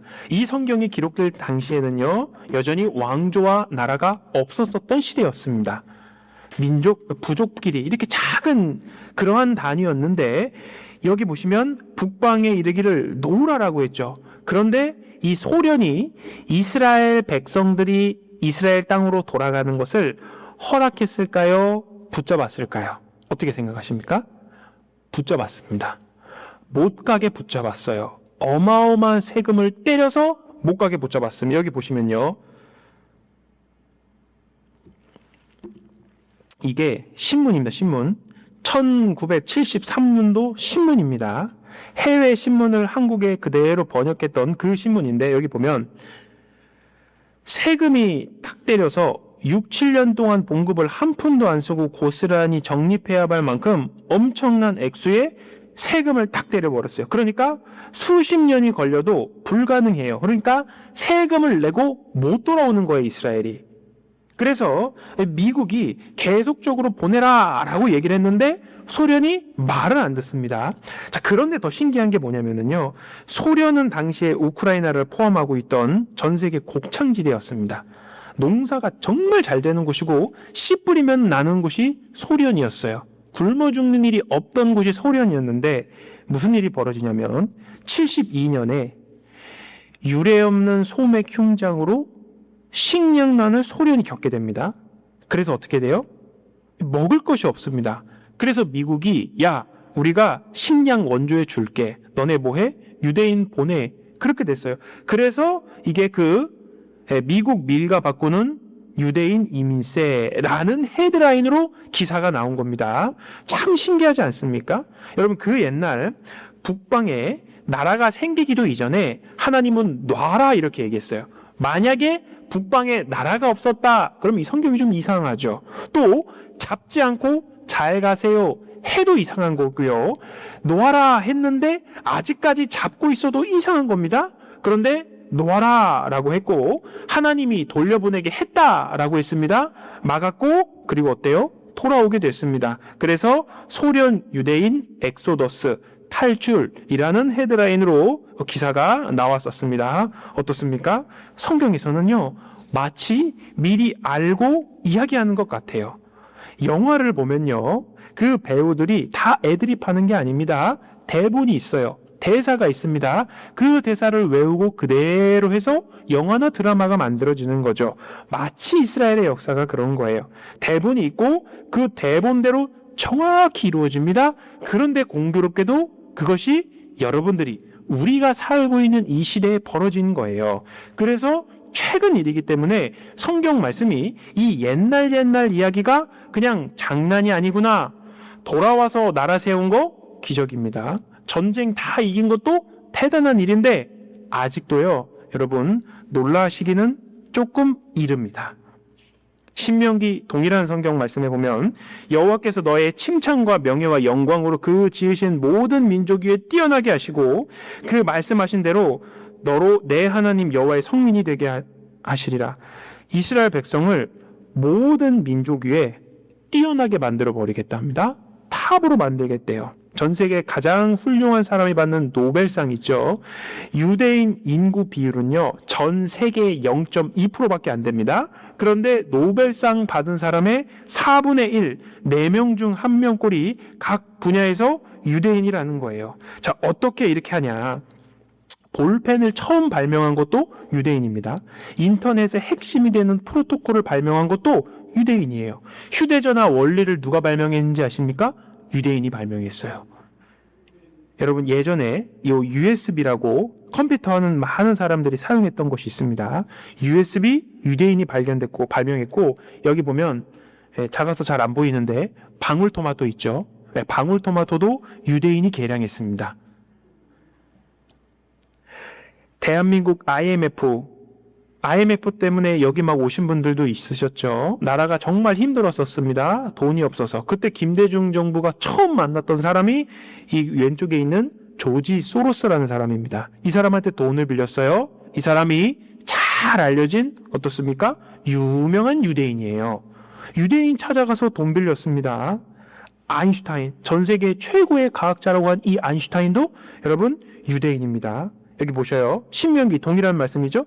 내 하나님 여호와를 기억하라. 그가 내게 재물 얻을 능을 주셨습니다. 이같이 하시면 내 열조에게 맹세하신 언약을 오늘과 같이 이루려 하심이라. 하나님이 이스라엘 백성에게 뭘 줬다고 얘기합니까? 재물 얻는 능을 줬다. 돈 버는 재능을 주셨다라고 얘기합니다. 신문 기사에 이렇게 나와요. 이스라엘이 지구촌 돈을 뭐 한대요? 싹쓸이 한대요. 왜 내 통장에 돈이 없습니까? 이 사람들이 싹쓸이 하고 있기 때문에 그렇습니다. TV에서, 이건 그냥 방송에서 억만장자 금융인 조지 소로스, 전 세계 세계부호 1위라고 있는 빌 게이츠, 여기 보면 뭐라고 나와요? 세계를 움직이는 유대인 파워라고 이야기합니다. 이미 방송에서도 전 세계 최고 부자들 유대인이라고 하는 거예요. 지금 전 세계 최고 기업이죠? 구글, 그 창업주들 이 두 사람도 유대인입니다. 워렌 버핏, 빌 게이츠 역시 유대인입니다. 여러분 미국에 사시니까 잘 아시겠네요. 여기도 소송에서 이기려면 비싸더라도 유대인 변호사를 써야 한다. 미국에선 그런 말이 있어요. 법 쪽에 유대인들이 다 잡고 있습니다, 여러분. 다이아몬드 거래가요, 연간 30조에서 40조 원의 규모래요. 다이아몬드 그 값을요, 누가 좌지우지하냐면 전 세계 유대인들이 좌지우지합니다. 전 세계 금값 누가 컨트롤하냐면 유대인들이 다 컨트롤하고 있습니다. 전 세계 80%를 5대 곡물 메이저 식물 회사가 장악을 하고 있거든요. 이 회사의 대부분이 유대인입니다. 아까 이 박사님, 류태영 박사님이요, 이 곡물 메이저 식량을 꽉 쥐고 있다 그랬죠? 유대인이 꽉 쥐고 있어요. 여러분, 대한민국의 자랑 토트넘에서 예전에 뛰던 손흥민 있죠? 이 토트넘 1구단이요, 영국에서 이 구단주가 영국 6번째 부자입니다. 조 루이스라는. 그리고 이 과거에 이 회장도 다니엘 레비라는 회장도 유대인입니다. 전 세계 스포츠 시장을 꽉 잡고 있고요. 여러분, 풋볼, 미국의 풋볼 리그, 그리고 NBA, 대부분의 시장, 그리고 야구 시장 있죠. 구단주 소유주들 확인해 보면 유대인들이 아주 많습니다. 여기 보시면요, 마이크로소프트, 페이스북, 이베이, 마블, 여러 가지 영화 이런 산업들 있죠. 유대인들이 다 꽉 잡고 있습니다. 라스베가스 처음 시작 누가 한지 아십니까? 유대인이 처음 시작을 했어요. 패션 유통 서비스 분야, 리바이스 청바지를 처음 만든 사람도 유대인입니다. 레위, 따가지고 레바이, 그 사람이 이 청바지를 만들었어요. 그리고 많은 패션 유대인이 꽉 쥐고 있고, 코스코 여러분 좋아하시죠? 거기도 유대인 회장이 했고, 아이스크림, 스타벅스, 홈디포, 최근에 알게 됐어요. 홈디포도 유대 자본입니다, 여러분. 아이스크림도 그렇고 호텔도 그렇고, 지금 다 보여드리지 못하지만 미국에서 굵직굵직한 성공한 대부분의 기업들은요, 누가 소유하고 있냐면 유대인들이 소유하고 있어요. 자, 그 작은 자가 천을 이루겠고 그 약한 자가 강국을 이룰 것이라. 때가 되면 나 여호와가 속히 이루리라. 자, 대한민국 사람들도 한강의 기적이라고 해서 비교적 짧은 시간에 빨리 발전을 했습니다. 그것도 전 세계에서 박수를 받는데요, 이스라엘에는 비교를 할 수가 없습니다. 1948년 독립하고요, 짧은 시간에 전 세계의 탑이 됐습니다. 어때요? 하나님이요, 속히 아주 빠르게 뭐예요? 강국으로 만들어버리겠다 이거예요. 과학, 기술, 강국, 이스라엘. 여기 보면 군사, 강국, 이스라엘. 이스라엘은 엄청난 세일 오일가스에 힘입어 에너지 자립국이 되는 것은 물론 세계적인 에너지 강국이 될 수 있다. 에너지 강국 이스라엘입니다. 그리고 첨단 기술 강국 이스라엘, 보안 강국 이스라엘, 방위 산업 강국 이스라엘, 안보 강국 이스라엘, 기술 강국 이스라엘, 무인 항공기 강국 이스라엘, 농업 강국 이스라엘, 축산 강국 이스라엘, 생명과학 강국 이스라엘, 사이버 강국 이스라엘, 창업 강국 이스라엘, 벤처 강국 이스라엘, 소프트웨어 창업 강국 이스라엘. 모든 영역과 모든 면에서 강한 나라가 된다 하나님 말씀하셨는데, 이스라엘이 지금 그런 나라가 되는 거예요. 여러분, 아예 이제는 언론에서 뭐라고 얘기하냐면요, 미국 의회 행정부는 유대인 손해에 놀아난다, 이런 이야기가요, 그냥 공공연하게 있는 겁니다. 사람들이, 미국 사람들 다 인정해. 여러분들 아마 더 잘 아실 겁니다. 저보다 미국 오신 지 더 오래되셨잖아요. 미국 국기 안에 아예 주, 유대인을 뜻하는 저걸로 박아버렸습니다. 동아일보 신문에서 뭐라 그래요? 2% 유대인, 미국 내에 정말 다양한 민족들이 섞여 살고 있잖아요. 그 중에 유대인들은 2%밖에 안 되는데 미국을 뭐 한대요? 쥐락펴락 조종한다는 거예요. 아니 어떻게 신문 뉴스에 이렇게 자극적인 헤드라인을 뽑을 수가 있습니까? 사실이라는 거예요. 여기 보셔요. 미국을 움직이는 2%, 돈줄, 언론 틀어막고 막고서 정책을 쥐락펴락한다라고 하는 겁니다. 세계 3대 방송사, 세계 3대 신문사 다 유대인들이 잡고 있습니다. 여기 AIPAC이라고 나오죠. 여기 보면 미국 이스라엘 공공문제위원회 AIPAC이라는 단체가 있습니다. 미국 내 이스라엘 문제를 해결하는 단체에 있는데 여기는요, 대통령 선거철이면 단골집이 됩니다. 대통령 후보가 다 여기 가서 제가 대통령이 되면 이스라엘을 위해서 이러한 정책을 펼치겠습니다. 한 명도 빠짐없이 가가지고 여기서 연설합니다. 이게 왜 그럴까요? 미국 대통령이요, 한인타운에 와가지고요, 제가 대통령 되면 한국을 위해서 이런 거 해드릴게요, 잘 좀 봐주세요, 이런 거 없습니다. 여러분, 왜 이스라엘을 유독 이렇게 하냐 이거예요. 트럼프 대통령 괴짜지 않습니까? 죄송합니다, 좀 특별하지 않습니까? 그래도 이분도 에이펙 가서요, 친 이스라엘 정책 이야기합니다. 여러분, 제가 이거 듣고요, 참 제가 놀랐습니다. 이게 2016년이요 즉 트럼프 대통령이 1기 당선하기 이전입니다. 그때도 뭐 언론 조사를 보면 힐러리 그 대표가 훨씬 더 가능성이 많았었거든요. 이 사람이 이 이스라엘 미국 내 위원회 와가지고요, 이렇게 연설합니다. 미국 대통령 될 사람이 내가 이렇게 하겠다라고 얘기를 하는 거예요.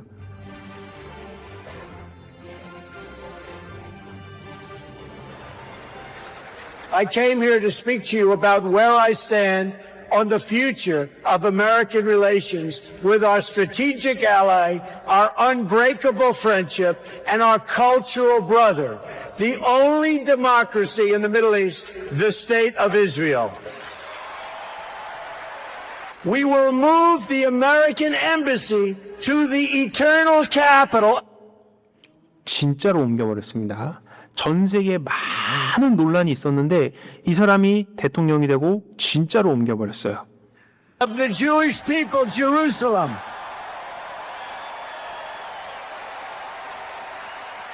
The Palestinians must come to the table knowing that the bond between the United States and Israel is absolutely, totally unbreakable. My daughter Ivanka is about to have a beautiful Jewish baby.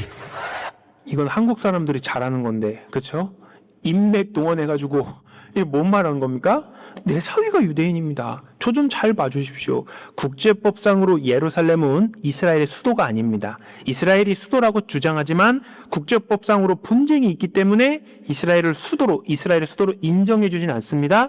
그래서 텔 아비브라는 두 번째 도시에 이스라엘 대사관이 있었는데 이 사람이 옮겨버리겠다는 거예요. 예루살렘으로. 그 말은 뭡니까? 예루살렘을 이스라엘의 수도로 인정해버리겠다 이렇게 하는 거예요. 실제로 이 사람이 대통령이 돼서 그렇게 바꿔버렸습니다. 여러분, 이건 EBS에서 나오는 건데요. EBS에서 뭐라고 얘기합니까? 이 교육방송에서요, 세계를 지배하는 뭐라고 얘기합니까? 세계를 지배하는 코리안 하면 얼마나 좋겠어요. 이분들이 다 코리안이면 얼마나 좋겠습니까? 세계를 지배하는 유대인이라고 이야기를 합니다. 이것을요, 지금은요, 부정하는 사람이 없어요. 부정하는 사람이. 2023년에 이스라엘하고 하마스하고 전쟁이 딱 벌어졌죠. 2023년 10월에 딱 이 테러 이후에 이스라엘과 이 중동과의 전쟁이 촉발됐습니다. 자, 그때 어떻게 됐냐면요, 보셔요. 국제사회에선 이스라엘이 막 폭격을 하잖아요. 보복한다고. 하면 안 된다라고 했는데 미국 뭐라고 얘기합니까? 이스라엘 편을 들어요. 지금 휴전하면은요, 하마스만 좋은 거야. 휴전하지 마. 미국이 이렇게 얘기합니다. 그리고 바이든 대통령 때였는데 IS를 소탕한 3스타를요, 이스라엘에 급파해 버립니다. 바로요, 바로. 이스라엘은요, 국제 만류에도 우리 가자 들어갈 거다라고 얘기하는데, 자, 열강에서는 어떻게 하냐면 이 사람이 유럽에서 아주 유명한 회사 CEO였거든요. 이스라엘을 비판했습니다. 그 다음날 잘렸어요. 이 독일 총리입니다. 지금 2023년 여전히 10월이죠? 전쟁 시작하고 얼마 안 돼서요. 독일 총리 날아가가지고요. 뭐 한 겁니까? 우리 너 지지할 거야. 여기 보셔요. 전쟁 탁 터지고요. 유럽 정상들이 앞다퉈서 이스라엘 찾아가 연대를 표하고 있어요. 우리는 이스라엘 편이다. 자, 독일 총리 왔다 갔습니다. 영국 총리 왔다 갔어요. 이탈리아 총리 왔다 갔고요. 마크롱 대통령, 프랑스 대통령, 네덜란드 총리 다 갔다 왔습니다. 가서 우리는 이스라엘 편이다. 이렇게 얘기를 하는 거예요. 그러니까 요 얘기가요. 보셔요. 다윗의 별이 세계를 지배한다. 여러분 기사 제목을 이렇게 해도 됩니까?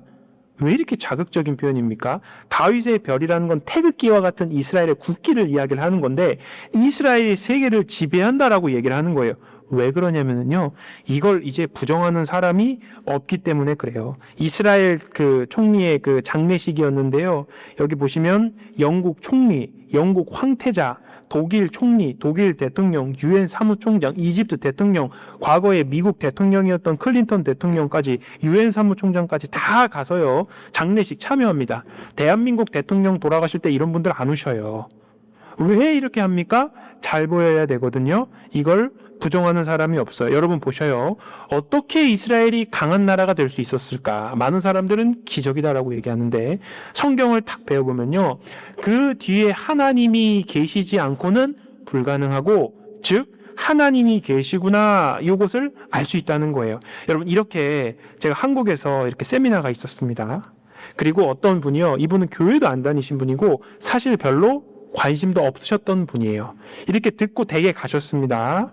그리고 그냥 뭐 여기까지만 하고 그냥 뭐 믿는 소린가 보다 하고 마음을 닫으셨는데 다음날 이분이 오셨어요. 그래서 왜 오게 됐는지를 직접 얘기하십니다.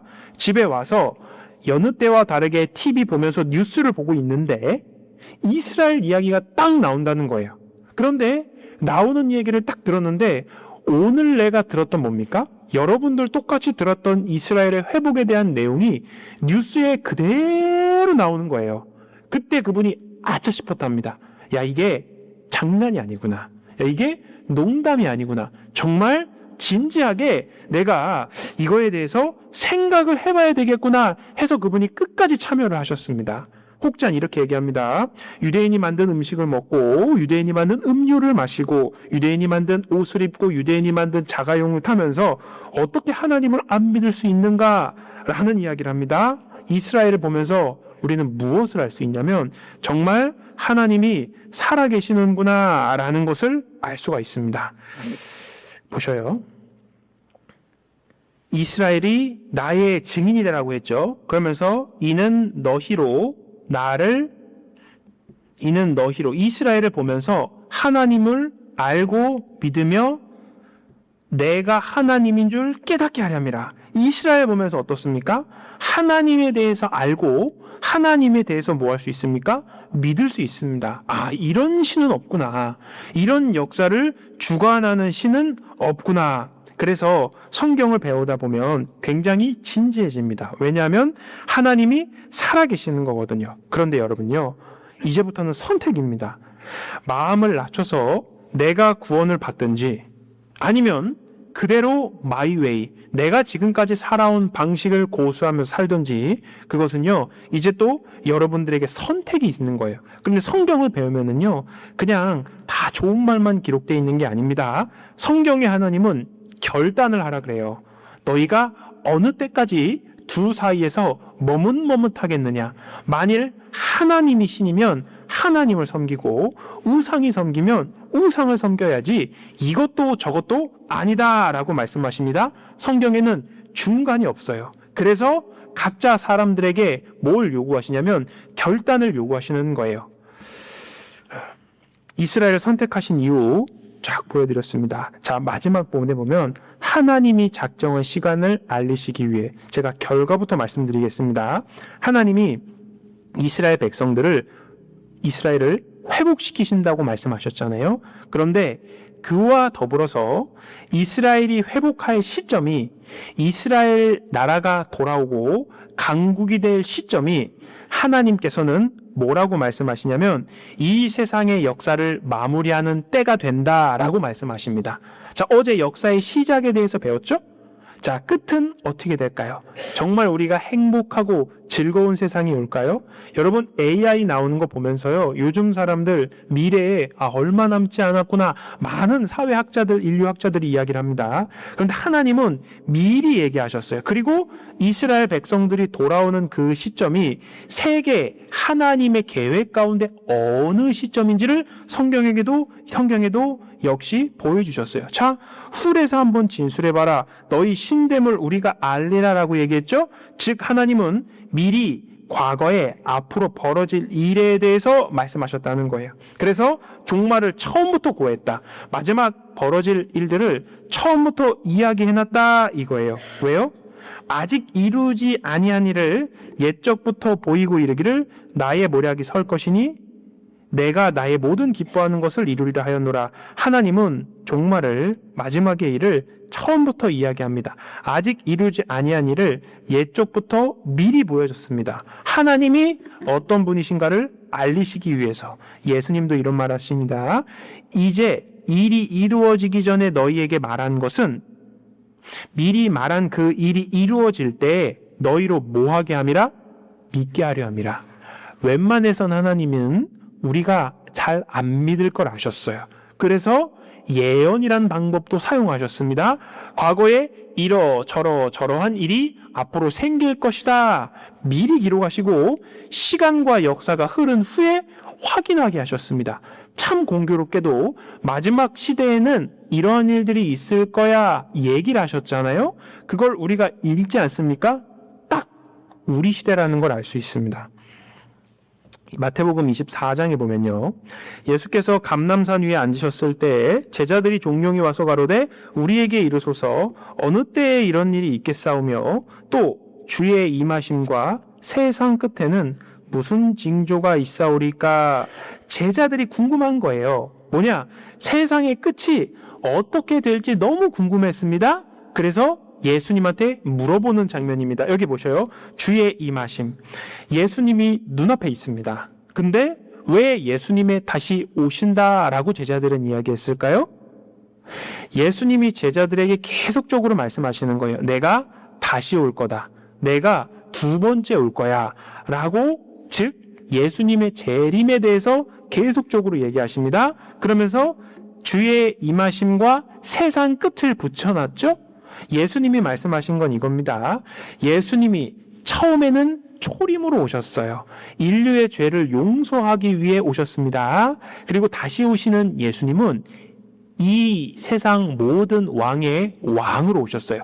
저기도 보면 Jesus coming, king. 예수님은 왕으로 다시 오신다. 여기 교회당, 저희 교회당이 아닙니다. 예수님은 왕으로 오실 거다라고 저기 써져 있죠? 저건 성경에서 하는 이야기입니다. 장차 왕으로 다시 오시는 그때가 이 세상의 역사가 끝날 때다라고 얘기를 했고, 여기 보면 징조가 있습니까? 라고 물어보죠. 영어로 sign입니다. 먹구름이 자욱히 낍니다. 뭡니까? 비가 내릴 징조예요. 먹구름 자욱히 내리는 그 징조를 보면 옥상에 널어놓은 빨래 걷어와야죠. 징조를 보면 피하면 됩니다. 즉 세상 끝이 언젠지를 하나님이 미리 사인을 보내주셨어요. 그래서 예수님이 여기서 쭉 얘기합니다. 마태복음 23장에 이어서 너희가 사람의 미혹을 받지 않도록 주의하라 라고 이야기하면서 5절에 보셔요. 많은 사람이 내 이름으로 와서 이르되 나는 그리스도라 하여 많은 사람을 미혹하게 하리라. 참 정신 나간 얘기 같죠?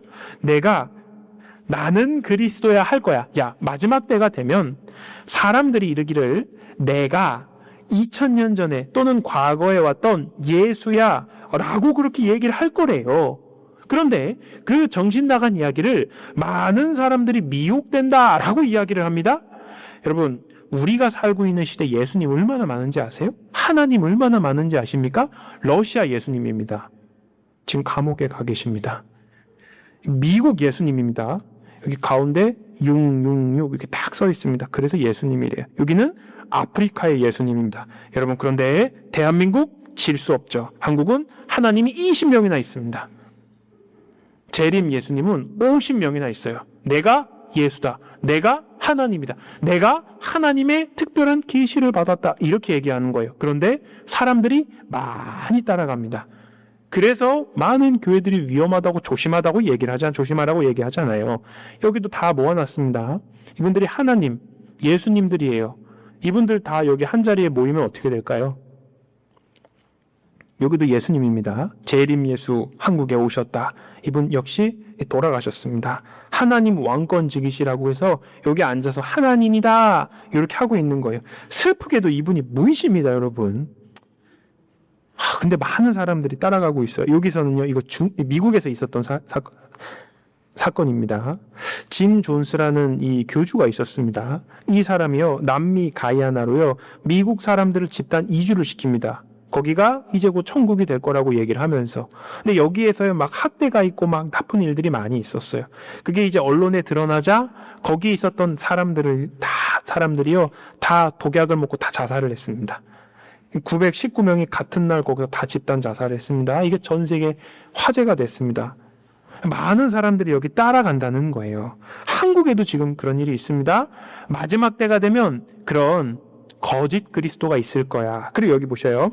계속해서 예수님이 이렇게 얘기합니다. 민족이 민족을, 나라가 나라를 대적하여 일어나겠고. 자, 여기부터 보면은 민족과 민족 간의, 나라와 나라 간의 대적, 전쟁, 다툼, 갈등이 있을 거다. 여러분, 지금 세계는 하나입니다. 사람은 다, 모든 사람이 다 소중합니다. 여러분, 우리 싸우지 맙시다. 얼마나 많은 사람들이 좋은 얘기합니까? 전쟁 없어집니까? 안 없어집니까? 절대로 없어지지 않습니다. 2024년에 보면은요, 세계 큰 분쟁 지역이 34곳이래요. 매년 새해 또 다른 전쟁이 계속적으로 나온다고 얘기합니다. 2016년부터 이 분쟁으로 사망한 사람의 통계가 있습니다. 쭉 와가지고요, 2020년대 초반까지 나와 있어요. 여기 2022년에 갑자기 우크라이나가 확 올라오죠. 이거 왜 그럽니까? 전쟁하고 있기 때문에 그래요. 우크라이나하고 러시아하고 전쟁, 지금 너무나 잘 알고 계시죠? 여러분, 지금 뉴스에서 계속 보고 계시는 거죠. 전 세계가 민족 간의, 나라 간에 계속 전쟁이 있습니다. 그리고 보셔요. 처처에 곳곳에 기근 지진이 있다. 기근 굶주림입니다. 하루에 2만 명이 굶어 죽는데요. 먹을 것이 없어서. 지금 전 세계 식량 위기는 퍼펙트 스톰이라고 세계의 식량 가격이 계속 올라가고 있고 3억 명이 굶는데요. 이 세계 식량 계획 사무총장이요, 전례 없는 재난을 맞이하고 있습니다. 제발 좀 도와주십시오. 그렇게 이야기합니다. 지금도 전 세계에 수많은 사람들이 굶어 죽고 있어요. 첫째에 기근이 있으리니, 정확히 있죠? 그리고 기근과 지진이 있으리니, 지진 다 아실 겁니다. 참으로 신기한 것은 고대서부터 역시나 지진이 있었는데 19세기, 20세기 들어서요, 지진이 기하급수적으로 많이 증가합니다. 빈도수도 늘어나고 강도도 점점 더 세지는 거예요. 전 세계가 주요 지진 일지 보면요, 전 세계가 다 지진이 있습니다. 여러분, 6월에 지난달에요, 베네수엘라에 엄청난 지진이 있었습니다. 월드컵 하고 있었거든요. 사람들 월드컵은 기억을 하는데 축구 경기는 기억을 하는데요. 지진 때문에 사람 수만 명이 죽는 건 잘 몰라요. 지금도 그 실종자만 5만 명이랍니다. 아직 수습도 안 됐대요. 베네수엘라뿐만 아니라요, 전 세계적으로 지진이 있어요. 바다에서 지진이 나면 쓰나미가 생깁니다. 건물들이 그냥 그 성냥깍처럼 그냥 막 다 쪼개지고 막 넘어지는 거예요. 여기 터키에서도 그 2년 전에 큰 지진이 있었습니다.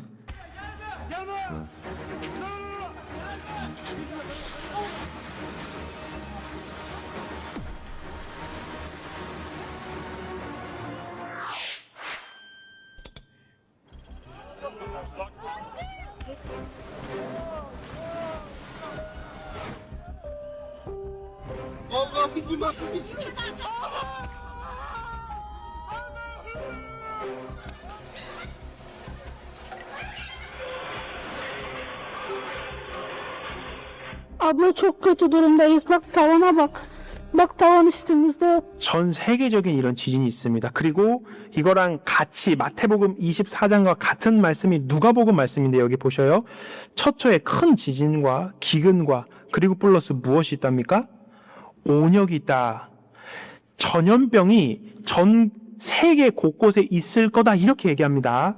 여러분 예전에 제가 처음 이 말씀 배울 때는요, 그때 당시엔 뭐 에이즈, 메르스 이 정도의 전염병을 가지고 야 무섭다 이렇게 얘기했거든요. 그런데 여러분 2019년에 뭘 경험하셨습니까? 코로나, 코비드 경험하셨잖아요. 전 세계가 어땠습니까? 마비가 됐습니다. 마비가.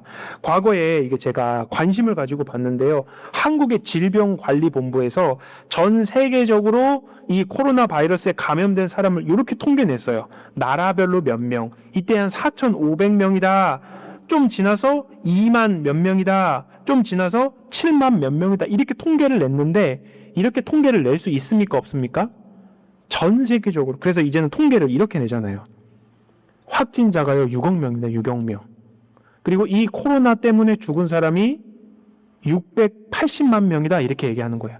통계에 잡히지 않은 사람들도 많죠. 눈에 보이지 않는 작은 바이러스 때문에 전 세상이 어때요?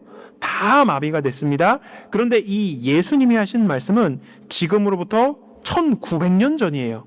그런데 빌 게이츠가요 예전에 한 강의에 나와가지고요, 앞으로 몇십 년간 1,000만 명이 넘는 사람을 죽일 거면은 전쟁이 아닙니다. 바이러스일 겁니다. 라는 얘기를요, 언제 했냐면은 2015년에 했습니다. 2015년에. 그리고 몇 년 안 돼서 코로나 바이러스가 빵 하고 터졌거든요. 그때 사람들이 이 빌 게이츠 말하는 걸 보면서요, 소름이 돋았어요. 어떻게 이걸 알고 예언을 하냐. 즉, 공부 많이 한 사람, 학자들은요, 이렇게 될 걸 미리 알고 있어요. 그래서 경고하지 않습니까?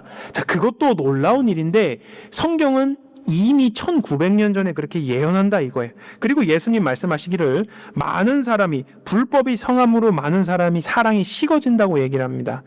살기 좋은 시대가 옵니까? 물론 주변에 정말 사랑하고 믿을 만한 사람들 있지만요.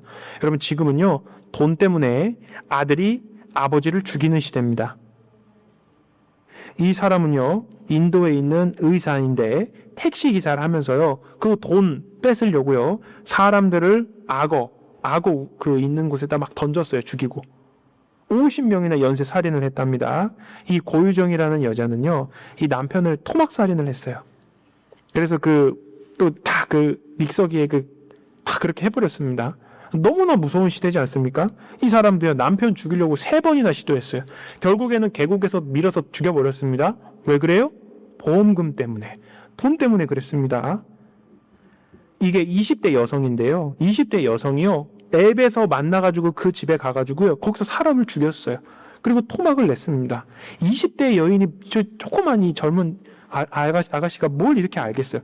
세상이 사랑이 식어지리라 재산 보험금 노리고요, 남편에게 니코틴 3차례 먹여서 응급실에 나온 남편에게 다시 물 탄 니코틴 먹여가지고 또 죽였어요. 돈 때문에. 지금 사랑이 이렇게 식어가고 있는 시대에 살고 있습니다. 그리고 예수님이 또 이렇게 얘기하십니다. 이 천국 복음이 모든 민족에게 증거되기 위하여 온 세상에 전파되리니 그제야 뭐예요?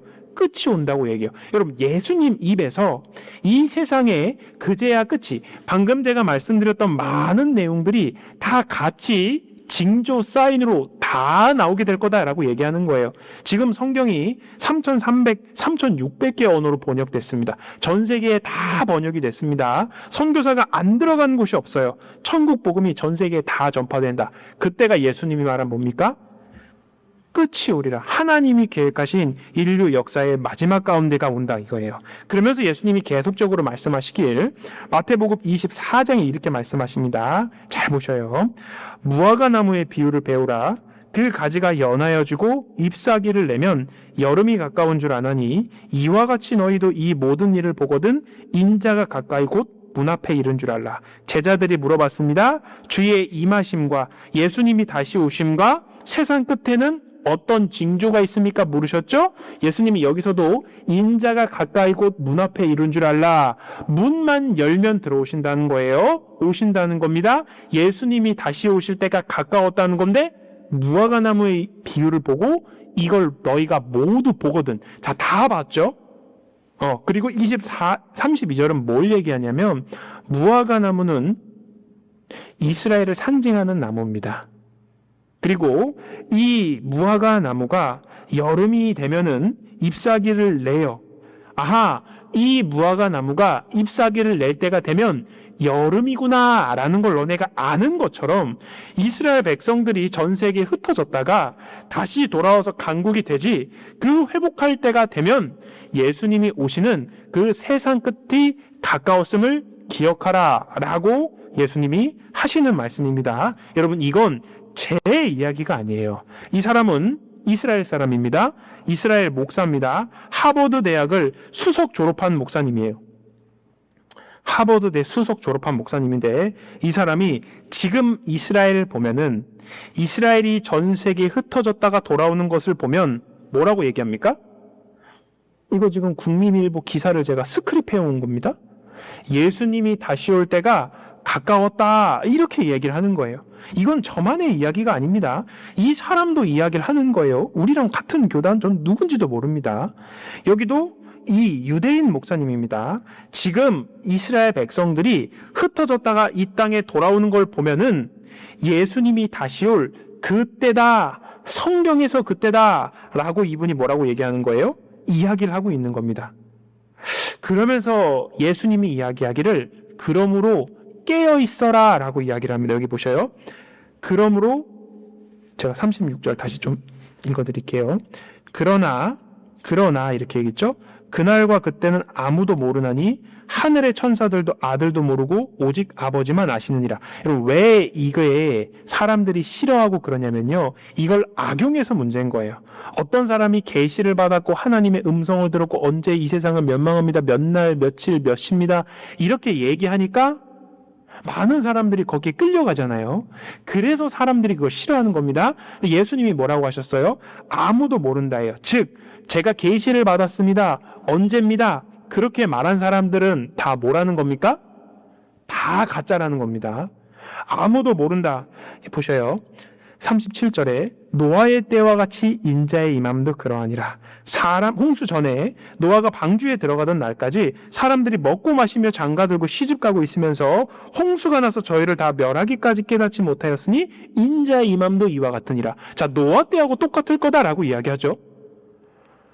편안한 날이었고 평범한 일상이었는데 하나님의 심판이 딱 닿았지 않습니까? 자, 그것처럼 하나님의 심판, 하나님이 이 세상을 마지막으로 심판하시는 그것도 노아의 시대하고 아주 비슷하다. 그리고 그때처럼 사람들도 똑같이 반응하게 될 거다. 관심이 없게 될 거다. 이렇게 이야기를 하고 있는 거예요. 이렇게 말씀하십니다. 가라사대 내가 은혜 베풀 때에 너를 듣고 구원의 날에 너를 도왔다 하셨으니 보라 지금은 구원받을 만한 때요. 보라 은혜 받을 만한 때요. 보라 지금은 구원의 날이로다. 자, 신약 시대에 이 사도들과 그 사람들에 의해서 예수님을 통한 복음이 전해졌습니다. 유대인에게만 전해진 것이 아니라 이제는 그것이 확장돼서 유대인이 아는 다른 민족들 이방인에게도 복음이 전해졌습니다. 그걸 가리켜 은혜 받을 만한 때라 그랬고 구원의 날이라고 했습니다. 이것은 기간이 정해져 있어요. 그래서 지금도 은혜 받을 만한 때고 지금도 뭐예요? 구원의 날입니다. 이 말이 뭡니까? 기회가 있을 때 붙잡으라는 말입니다. 그리고 하나님이 반드시 도와주겠다고 하는 말이에요. 여러분들을 벌받고 여러분들을 미워서 하시는 것이 아니라 하나님이 여러분들에게 은혜를 주시고 구원해 주시고 이 심판에서 여러분들이 건짐을 받을 수 있도록 심판받지 않도록 지켜주신다 하는 하나님의 말씀입니다. 구원의 때구나 라는 것을 기억하십시오. 자, 오늘 말씀을 통해서 이스라엘 하나님이 증인으로 선택하셨죠. 인류 역사 가운데 어느 시점인지 하나님이 쫙 보여주셨습니다. 이제 중요한 것은 뭐냐면 하나님과 납니다. 하나님 앞에 난 거예요. 자, 이제 내일부터는 우리가 그거에 대해서 정말 진지하게 생각을 해보려고 합니다. 그래서 바쁘신 일이 있더라도 또 여러 일정이 있더라도 꼭 참석을 하셔서 여러분들이 그 기회를 잡으셨으면 좋겠어요. 기도하고 마치겠습니다. 하나님 아버지 감사합니다. 오늘 이렇게 하나님의 말씀 앞에 모든 분들이 나와 간절한 마음으로 함께하였습니다. 모든 사람이 구원받기를 원하시는 하나님 아버지, 우리를 불쌍히 여겨주시고 도와주옵소서. 우리가 하나님 앞에 어떤 모습인지를 분명히 보아 깨달을 수 있도록 도와주시고 하나님의 자비와 긍휼로서 영원한 천국의 소망과 기쁨을, 구원을 반드시 얻을 수 있도록 도와주옵소서. 그 발걸음 인도하여 주시고 지켜주옵소서. 고마우신 예수님 이름으로 기도드렸습니다. 아멘. 고생하셨습니다. 저기 다과가 준비되어